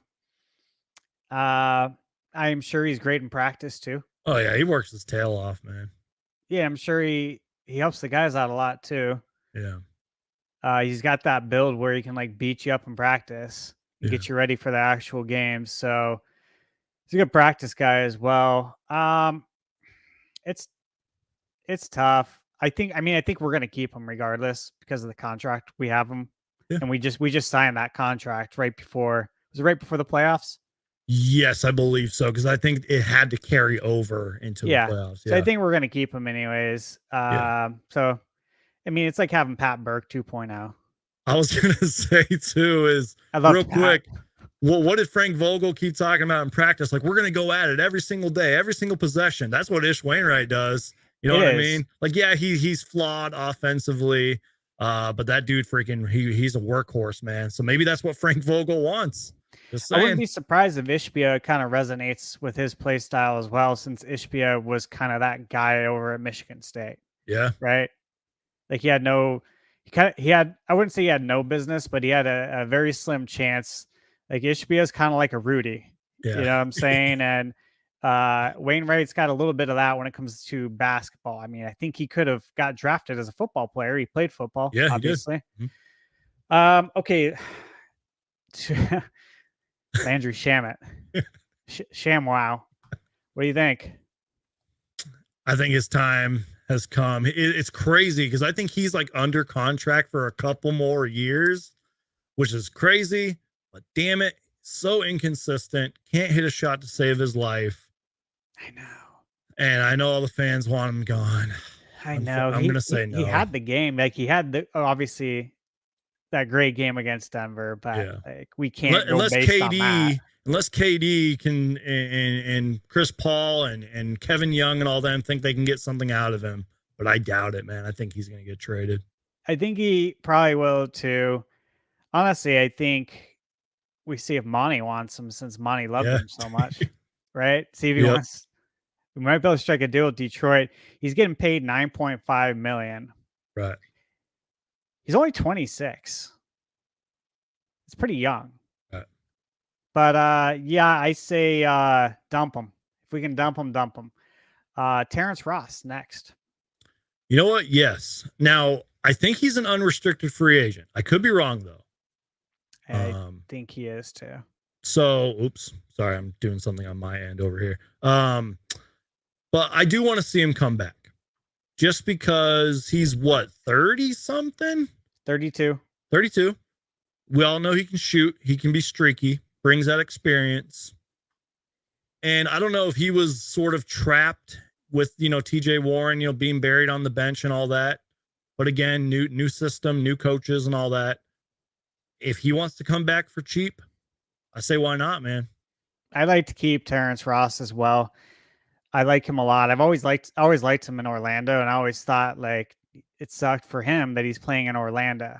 You know what I mean? Right. It's like empty calories over there. Like you're putting up these numbers, but you're not like getting anywhere because you're playing for the Orlando Magic. Especially since prior to Paolo Banchero getting drafted, they didn't really have like a vision. They were just stocking up young assets, a whole bunch of point guards, and I'm not even joking. But now it seems like they have a vision. That's probably why they moved on from him. But you get my point. Yeah, and I think he would do well with Vogel's defense. Yeah. Because he caught some flack, like I think just general commentary around the internet about his defensive abilities. Mm-hmm. And if anyone can get better defense out of him, right, you would think it would be Vogel. Yep. And again, he's a 6'7" shooting guard. That's what I was going to say. He's long. He's athletic still, even though he's 32, Landry's 6'4". Yeah. So to give a comparison, it's nice to have a 6'7" shooting guard. He's a little oversized for that position, which is nice. Like we want that. We want the length on the court. Campaign.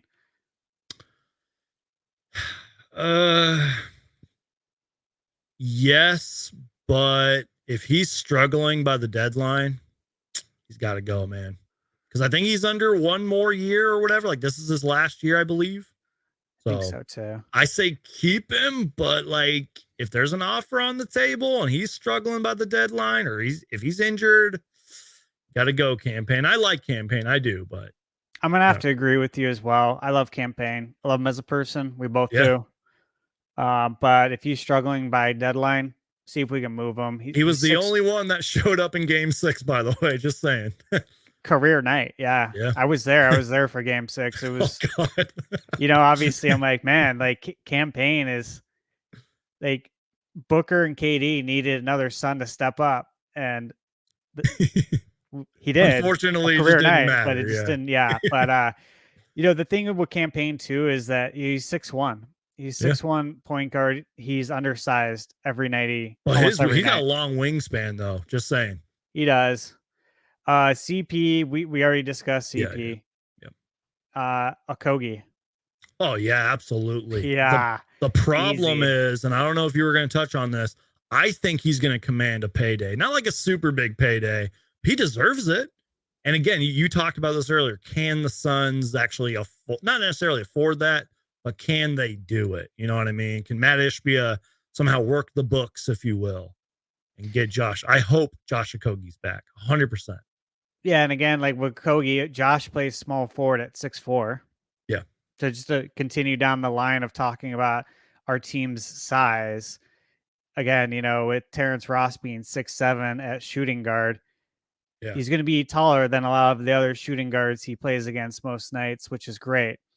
Okogie playing at small forward at 6'4", undersized, but that's the only thing that's undersized. That guy's got massive amount of heart. Yep. Right? I mean, some of what he does on the court reminds me of like Thunder Dan or like what PJ Tucker would do. Yep. It doesn't matter like what your height is, what your size is. Your heart's bigger than all of that. I love Okogie.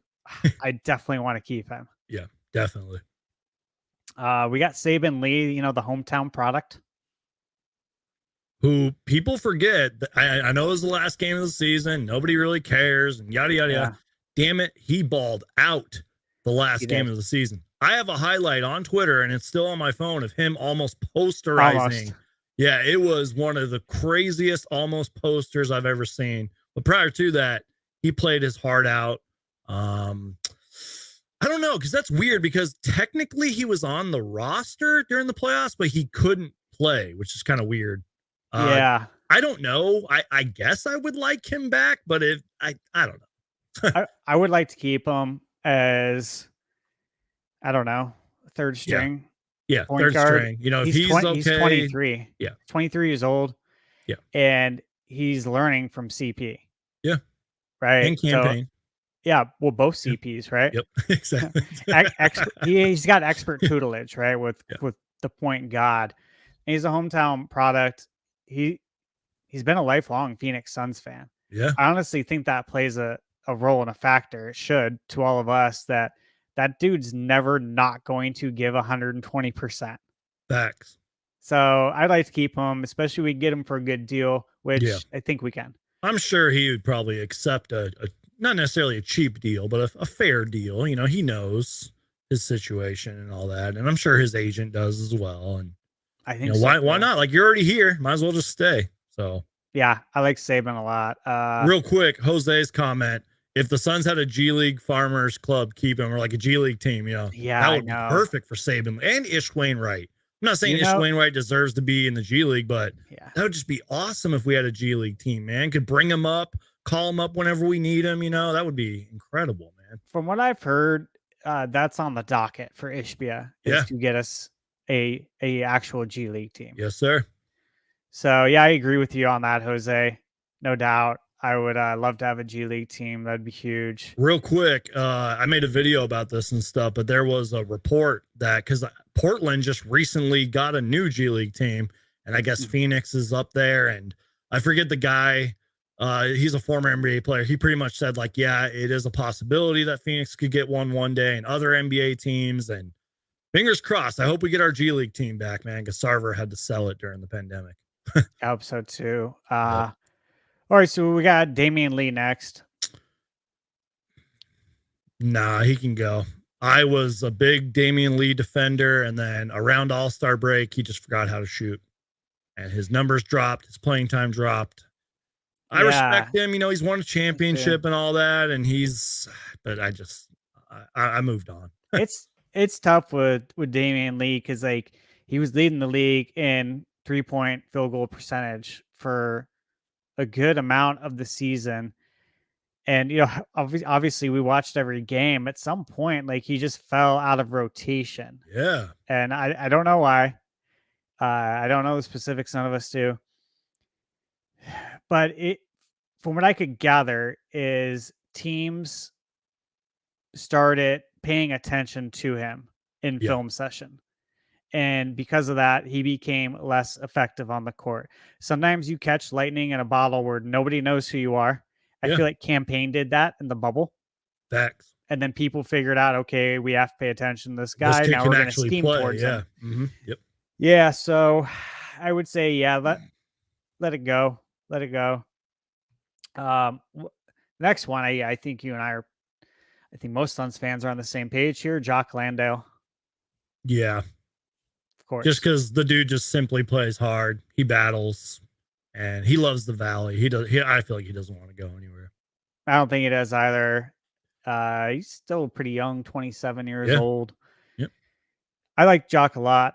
We probably don't have to touch much on him because I think we all hope that we bring him back.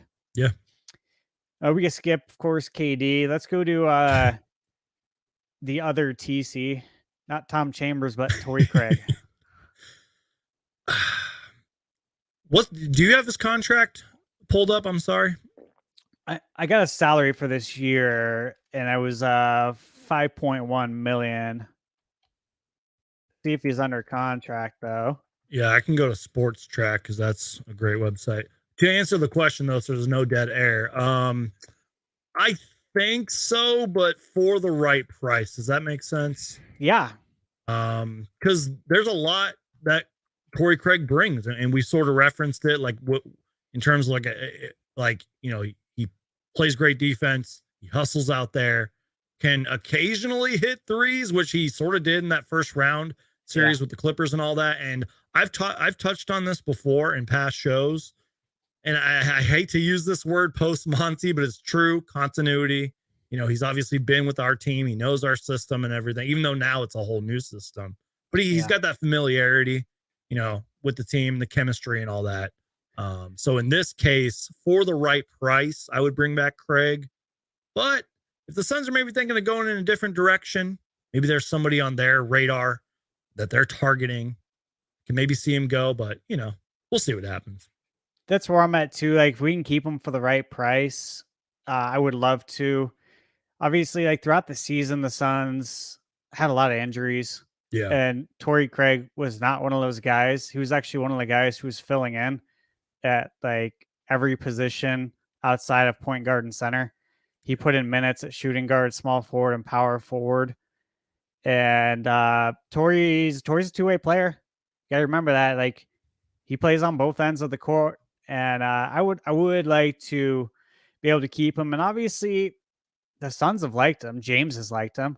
Yeah. We brought him back twice. Right.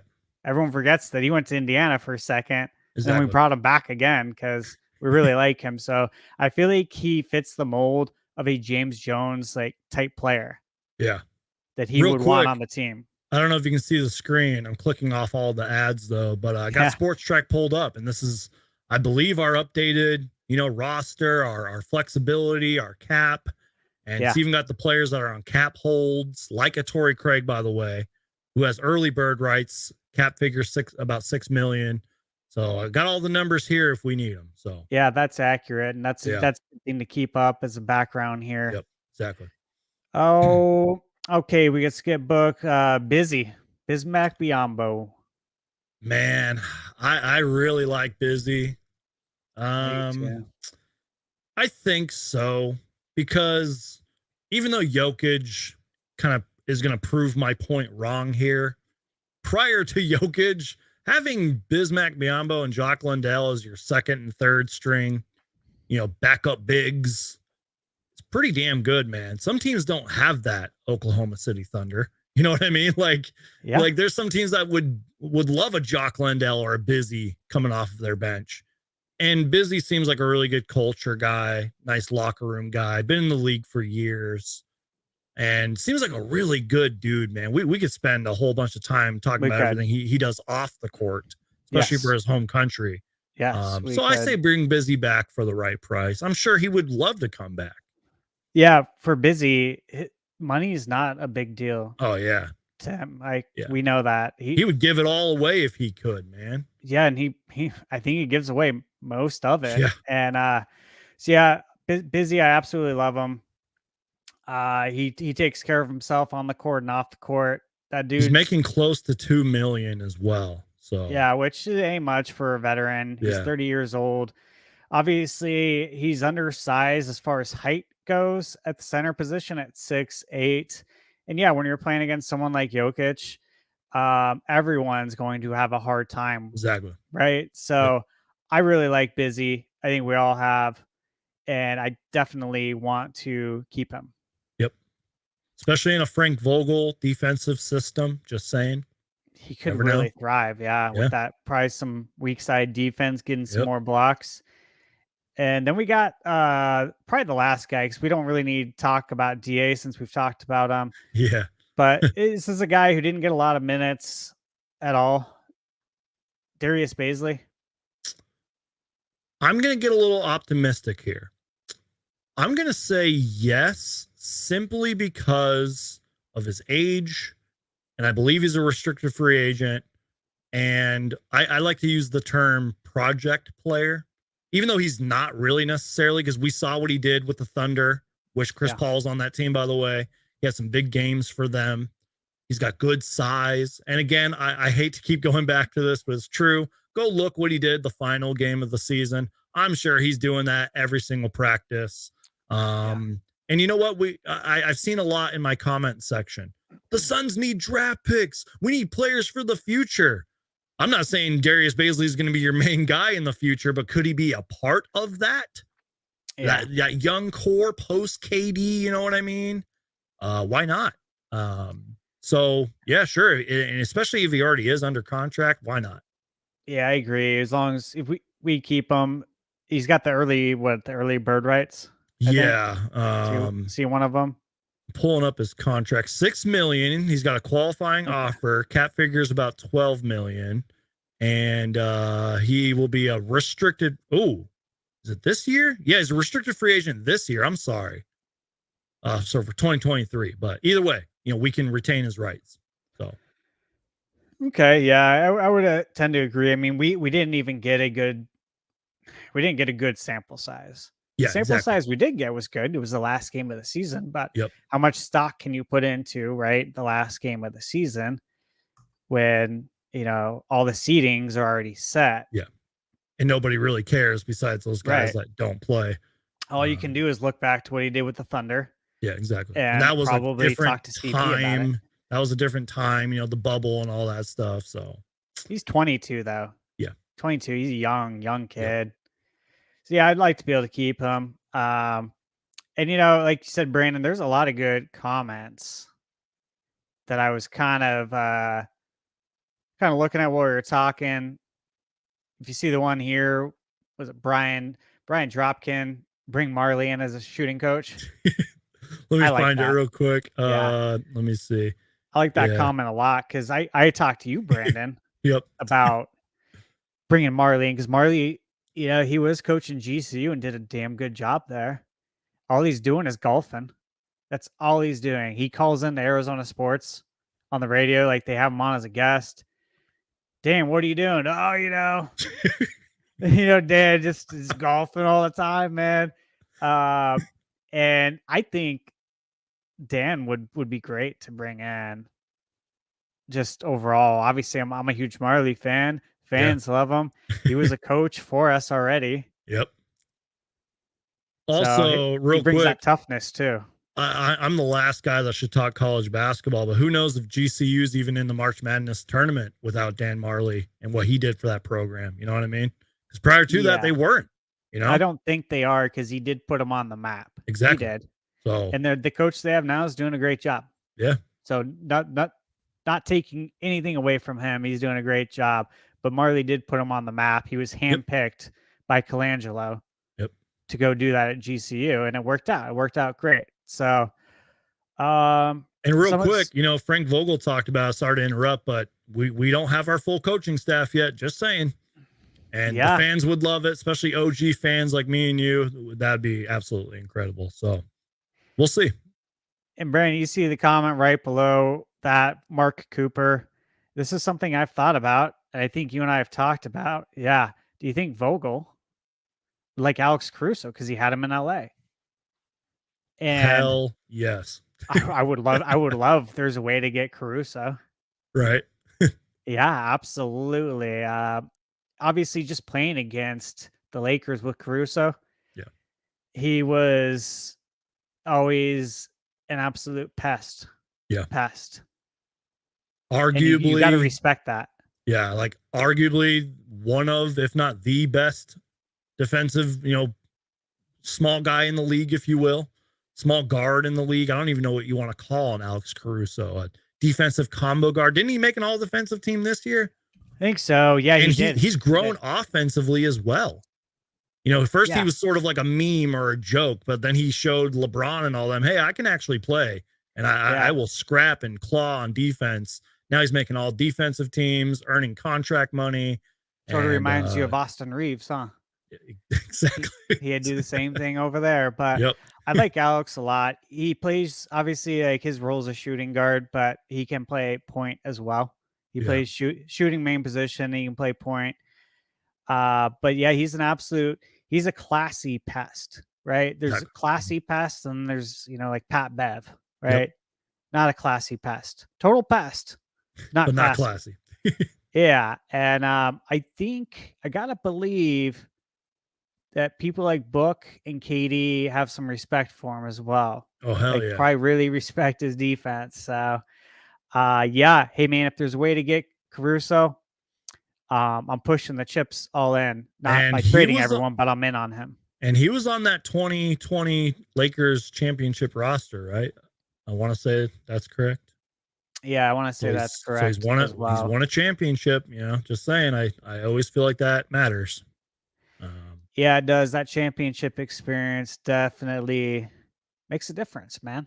Totally does. One thing, Brandon, we didn't talk about, and this could go back into a little bit of DA talk, but Vogel, when he was the coach over at Indiana, obviously was Miles Turner's the center over there. And there's always been this discussion among Suns fans, whether it be on Twitter or, the Reddit Suns group, about us possibly getting him. That guy has been on the trading rumor block for like Forever. 4 or 5 seasons, Yep. right? Miles Mhm. Turner, he's young. I think he's getting paid $20 million this coming season. I'll look it DA up is real getting quick. paid 30. Mhm. Basically, I think the remaining term of DeAndre Ayton's contract, he's averaging out 33.5 million is what I did the numbers on before. And yeah, so Evan Turner was 20 million next year. Yes. Yep. So Or Miles Turner. Yeah, Miles Turner. yeah, I'm sorry, Evan Turner. He'll be an unrestricted free agent in 2025, making about 20 mil this year, 19 next year. Like I said, unrestricted in 2025. Yeah, a little bit older, a little bit Yep. more, probably a little bit more mature. Same draft class as Devin Booker, by the way. I think he was the next pick after Booker, or the couple picks before, I believe. Yeah, he goes in there and does things though that we would want DA to do. Yeah. So, not saying we trade for him now or anything like that. I just saying that's a name to keep an eye on because obviously our coach knows him well. He Right. coached him in Indiana. So if he liked him, there may be a scenario that presents itself where maybe we take a look at Miles Turner. Yeah. If DA stays around and if things don't go well by the trade deadline, I'm emphasizing ifs here, guys, because that's all we can do in the off season. It's kind of speculate on the what ifs. I got his numbers pulled up here too. I mean, played in 493 games. Isn't the greatest 3-point shooter, but has sort of improved in that area. I mean, look at his rookie season, 21% all the way to 37%. Yeah. Does need to sort of improve in the rebounding, but can get you some block shots, get you some points here and there, sort of a dog, if you will. Plays hard, and it's got good size and length and all that. And again, his contract is pretty fair. I mean, 2 years, 40 million or whatever it is. And you look at one stat, Brandon, he's averaging almost 2.3 blocks a game. DA's not averaging a block a game, if I recall. Exactly. And I don't remember the last time the Suns had a big man that did do that. Yeah, so that's huge. And obviously you can see he improved his points per game by 5 from last season to this season. Yeah. And I think that's partially because Indiana actually committed to involving him a little bit more. 1.4 sound assists, familiar, by right? the way. Yeah. Yep. About implementing, Miles Yes. Turner more. Yeah. Or DeAndre Ayton more, I should say. Yeah. And his field goal percentage, he shot almost 55%. So his field goal percentage went up 5%. Yeah. Just in that last season. So, he's someone I think to keep an eye on. He's got the size, he's got the motor. Yeah. And he'd probably love to play with guys like Booker and, KD, CP. He hasn't It's really not got like- to play with many all-star caliber players, obviously. And you sort of just touched on this. Not like we'd necessarily be bringing him in for offense, Maybe that would be a good thing for Miles Turner. Maybe he could occasionally step out from the 3 and be wide open if he wanted to, if he chose to. But could clean up our rebounds and everything. You said his motor is huge. And, might be a nice fit here. You never know. We all know that the type of center the Suns need is a Kevin Looney kind of center. Yeah. Facts. Right. And he could do that and more. Yep. And I think he'd still be okay with his role. Yeah. And at the end of the day, you would want to believe that all of these guys want to win. I believe Miles Turner wants to win. So if he has to clean up some rebounds, block some shots in order to do that. And again, I don't think he cares about offense too much. He'll probably tell the media he does, but that's not really what he does. It's like he's out there for size, to block shots, grab rebounds. You got KD and Book to do all the offensive stuff. So Exactly. And, and this sort of goes back to the DA talk as well, man. New coaches, new offense, new defense. Maybe that's what DeAndre's. I don't know, man. I don't really know where I was going with that, but you get my point. Maybe we see a new DA this year. I don't know. It feels like we're going to give it a go. Just again, we talked about this earlier in the show, but it feels like the Suns want to give it a go with DA. Yeah. And our new coach. At least right now it does, yeah. So, if we're going to do this, let's see what happens, right? I mean, we're going to have to. It's not our choice. Yeah. But if he can, again, unlock DA, I mean, even if DA did what he did in the finals run, if that's the best we could ever get, hypothetically, guys, from DA, that would actually be enough with the team we have. Like, do what you did in the playoffs now. And we all thought that too, that when we got KD, he was going to have wide open looks. And I just feel like we need an actual off season with KD, a training camp with KD to figure all this stuff out. Now we have a new coach. Obviously, we still have Kevin Young, who really helped orchestrate the offense, but you can only do it so much when you're the assistant coach. You make suggestions to your head coach, but you don't call the shots. Yeah. Well, now he might have more of an opportunity under Frank Vogel to call some of those shots, right? Exactly. Yeah, and you said it, man. And I think Frank Vogel sort of said it in a way. You said, like, we have a whole off season now. We're booking KD. They can go through the off season together, training camp, etc. That's huge, by the way, training camp and all that. But sort of like with Frank Vogel and his staff, man. I mean, now it's him, Kevin Young, and David Fizdale putting their heads together, figuring all of this out. It might be perfect, man, and it might be exactly what a DeAndre Ayton needs. And again, we all knew of Monty Williams and DeAndre Ayton's headbutting. That's now done with. Now DA can maybe put his head together with Frank Vogel and figure this stuff out. And again, I really hope DeAndre Ayton was listening to this press conference, man, because Frank Vogel talked about him, and he talked about him positively. You know what I mean? Like, we can bring out the offense in you, and you can be a borderline, or you can be an all-star player. Like, that's what DA needs to hear, man. So I don't know. I agree wholeheartedly. Every Suns fan wants this. Like, they want DA. We want to see him be completely unlocked. Like, we don't want to trade him and see him go to some other team and absolutely crush it. Yeah. I think that's a fear some of us have, right? Is that, dude, that might happen. You know what I mean? Like, I remember when we traded Amari, or not when we trade. Did we do a sign and trade, or did he sign free agent with New York? I guess it doesn't really matter. Free agent, yeah. We let him go. Yeah, I think we could have. I think he was a restricted free agent, and we didn't match. Yeah, of course. And that was when the Suns were going in a new direction, and that was. Well, we thought we were. Yeah. But then when we ended up going to the Western Conference Finals, and losing 4-2 to the Lakers is very close. And if we would have had Amari, imagine what would have happened. Exactly. Right. But then he goes to the Knicks, and if I recall, he was third in MVP voting that year. Yep. He annihilated had a couple good everyone. years with New York. Just saying, people forget that. I mean, obviously the injuries and all that, but he had a couple good years. They do, and then of course Melo went over there, and then he didn't get the ball as much, which was typical of Melo. Yeah.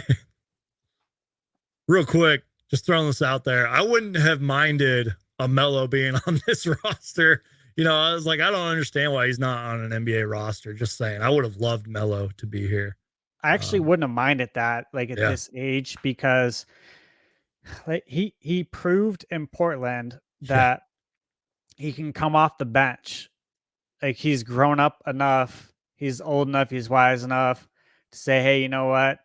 Being a starter doesn't matter, man. What matters is playing basketball, winning a championship.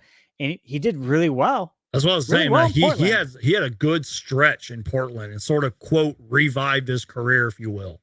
Yeah, and I'm over here as a Suns fan looking at him being, not signed by anyone, like, why don't we pick him up? Right. We could really use like a scorer and like a veteran to come off the bench. Yep. Yeah. Steve, we've gone over 2 hours. I don't want to keep you all day. This has been an excellent live show and stream. Yeah. Is there anything else you want to discuss? Do you have any questions for me? Do you have just anything you want to talk about? Any final thoughts? I mean, really, we can just open the show up to whatever. But I feel like we've pretty much touched on really everything Suns related. And again, Suns fans, there's more to come. I mean, we have the 52nd overall pick in the draft. That could definitely get moved in a trade. Anything could happen on draft day. And that's when free agency starts. Someone asked in the chat earlier, after the NBA finals, can trades be made? I believe so. Like that's entering into the draft and all that. So we're going to see a lot of activity, if you will, in the NBA after the finals. So just any final thoughts, man, any questions, anything you want to talk about before we wrap things up? Yeah. I think like you say, we touched on a lot of topics today. One thing that like sticks out in the back of my mind is Portland. Yeah. And how they've talked about dangling that third pick. You know what I mean? And like there's been some rumors about DA maybe going to Portland for that third pick. I've read the rumors, read it on Hoops Hype. And so I think about that, and that makes me a little bit more interested for sure in the NBA draft. And I'd be lying if I didn't say that after I heard that rumor, I started looking at the mock drafts. Yeah. And watching some highlight videos of these guys like Scoot. I've done zero draft homework, by the way, like barely any homework. I did some right after that. Like I looked at Scoot's game. You got Amen and Amir Thompson, the twins. Thompson twins, yeah. Both I think Amen plays point guard. I believe so. Isn't the other one a forward? Yeah. Yeah. They're the same height. Yeah. Obviously being twins, but Amen plays point guard at 6'8". Yeah. 6'8". That's huge as a guard.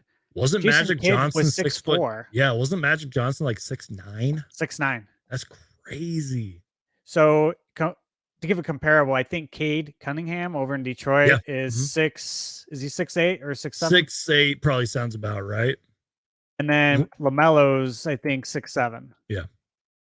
Cade Cunningham, by the way, is underrated. He just got injured last year, but he's borderline all-star. Yeah, he's going to be – Monty Williams is going to love him, man. Yeah, he's going to be good. So anyways, I think about that, though, and I'm like, that's something to think of. It's something that as Suns fans, we should probably like just kind of keep an eye on, watch the rumor mill. Yeah. See if anything happens, because that is something that has potential we've been linked to. So we'll see. Yeah. I agree with you. I mean, we sort of referenced it with Darius Baisley about having sort of a backup plan, if you will, or picks in the future or project players. Anything could happen, man. I mean, again, some team could call us with an offer we can't refuse. Maybe it's like a pick in the 15s or the 20s, and we just never know. I mean, Nikola Jokic was in the second round. Draymond Green, so many great success. Isaiah Thomas, the newer Isaiah Thomas, not the OG one. You know what I mean? A lot of these guys come from the second round. Wasn't Alex Caruso undrafted or something? Caruso, yeah. Like that's my Ginobili point. was like deep in the second round. Yeah. And let's look at the Denver Nuggets, because I tweeted about this. Christian Braun is a rookie, and that dude had a great game too. So these guys can produce under the right system, given the right opportunities. So my point being, we have the 52nd pick, including myself. We might want to start doing some draft homework, because all of a sudden the Suns could end up with some pick in the first round. So it's going to be crazy. We definitely could. So something to keep an eye on for sure. Yeah, exactly. So, well, Steve, I think that's pretty much it, man. This has been an excellent show. And first off, I want to thank everybody that watched along live. Even if you're watching later, I truly do appreciate it. Steve, I don't think I could have done this without you, man. This was an excellent show. You want to tell the people where to find you? By the way, I have all of your links down below in the description. Can you tell people what you do on your channel and with your content? Just talk to the people, man. Absolutely. So, guys, my channel on YouTube is Thunder Steve 85 Gaming. That's where you can find me. I've been playing video games my whole life. I'm an Arizona native, big gamer, lifelong Suns fan. And yeah, over on my channel, I'm doing video game news, reviews, all video game topics, old school, new school, everything from regular Nintendo to, you know, the latest PS5. I'm reviewing different tech. So I do a lot of video game stuff over on my channel. You can pretty much universally find me at Thunder Steve 85. That's where I'm streaming. When I do live streaming on Twitch TV, it's at Thunder Steve 85. Instagram, Twitter, like Brandon said, all those details are going to be in the description below. And again, I just started doing this about November of this past year. So yeah, if you could stop by my channel and do me a solid and subscribe, I could use some new subscribers so I can try to eventually become monetized and do this full time, which I would absolutely Fingers love crossed, to do. man. Yes. I hope you get to be monetized one day. And Steve, just quick personal note, it's pretty awesome to have a friend that does the same thing that I pretty much do. You're on YouTube, you're creating content, you're on Twitch, you're putting in literally hours of live streaming. I mean, you went live for what, like 6 hours yesterday? I watched along for a little bit of that, and you're putting in the work, man. It's nice to see as another content creator. Thanks, man. I appreciate it. It's a lot of work doing the content creation, Right. for sure. A lot to learn. Exactly, man. Well, again, everybody, go subscribe to Thunder Steve 85. All the links are down below. I know you're not a big tweeter, Steve, but go follow Steve on Twitter and Instagram, Twitch, all that stuff. Go find him. And you guys already know the drill. All my links are down below in the description. Follow me on TikTok and Instagram and Twitter. And again, this has been a really great show, Steve. Truly appreciate your time. And yeah, Frank Vogel, man, our new head coach, new direction, new voice, new vision for the Phoenix Suns. And I think Suns fans should be super excited. So again, everybody, go check out all the links down below in the description. Stay tuned for more Phoenix Suns news. If it has to deal with the Phoenix Suns, I'm going to make a video about it. Steve will definitely be with us in the future going forward for future shows. And on that note, I'm done rambling. I love you guys. God bless. Peace out. And as always, go Suns.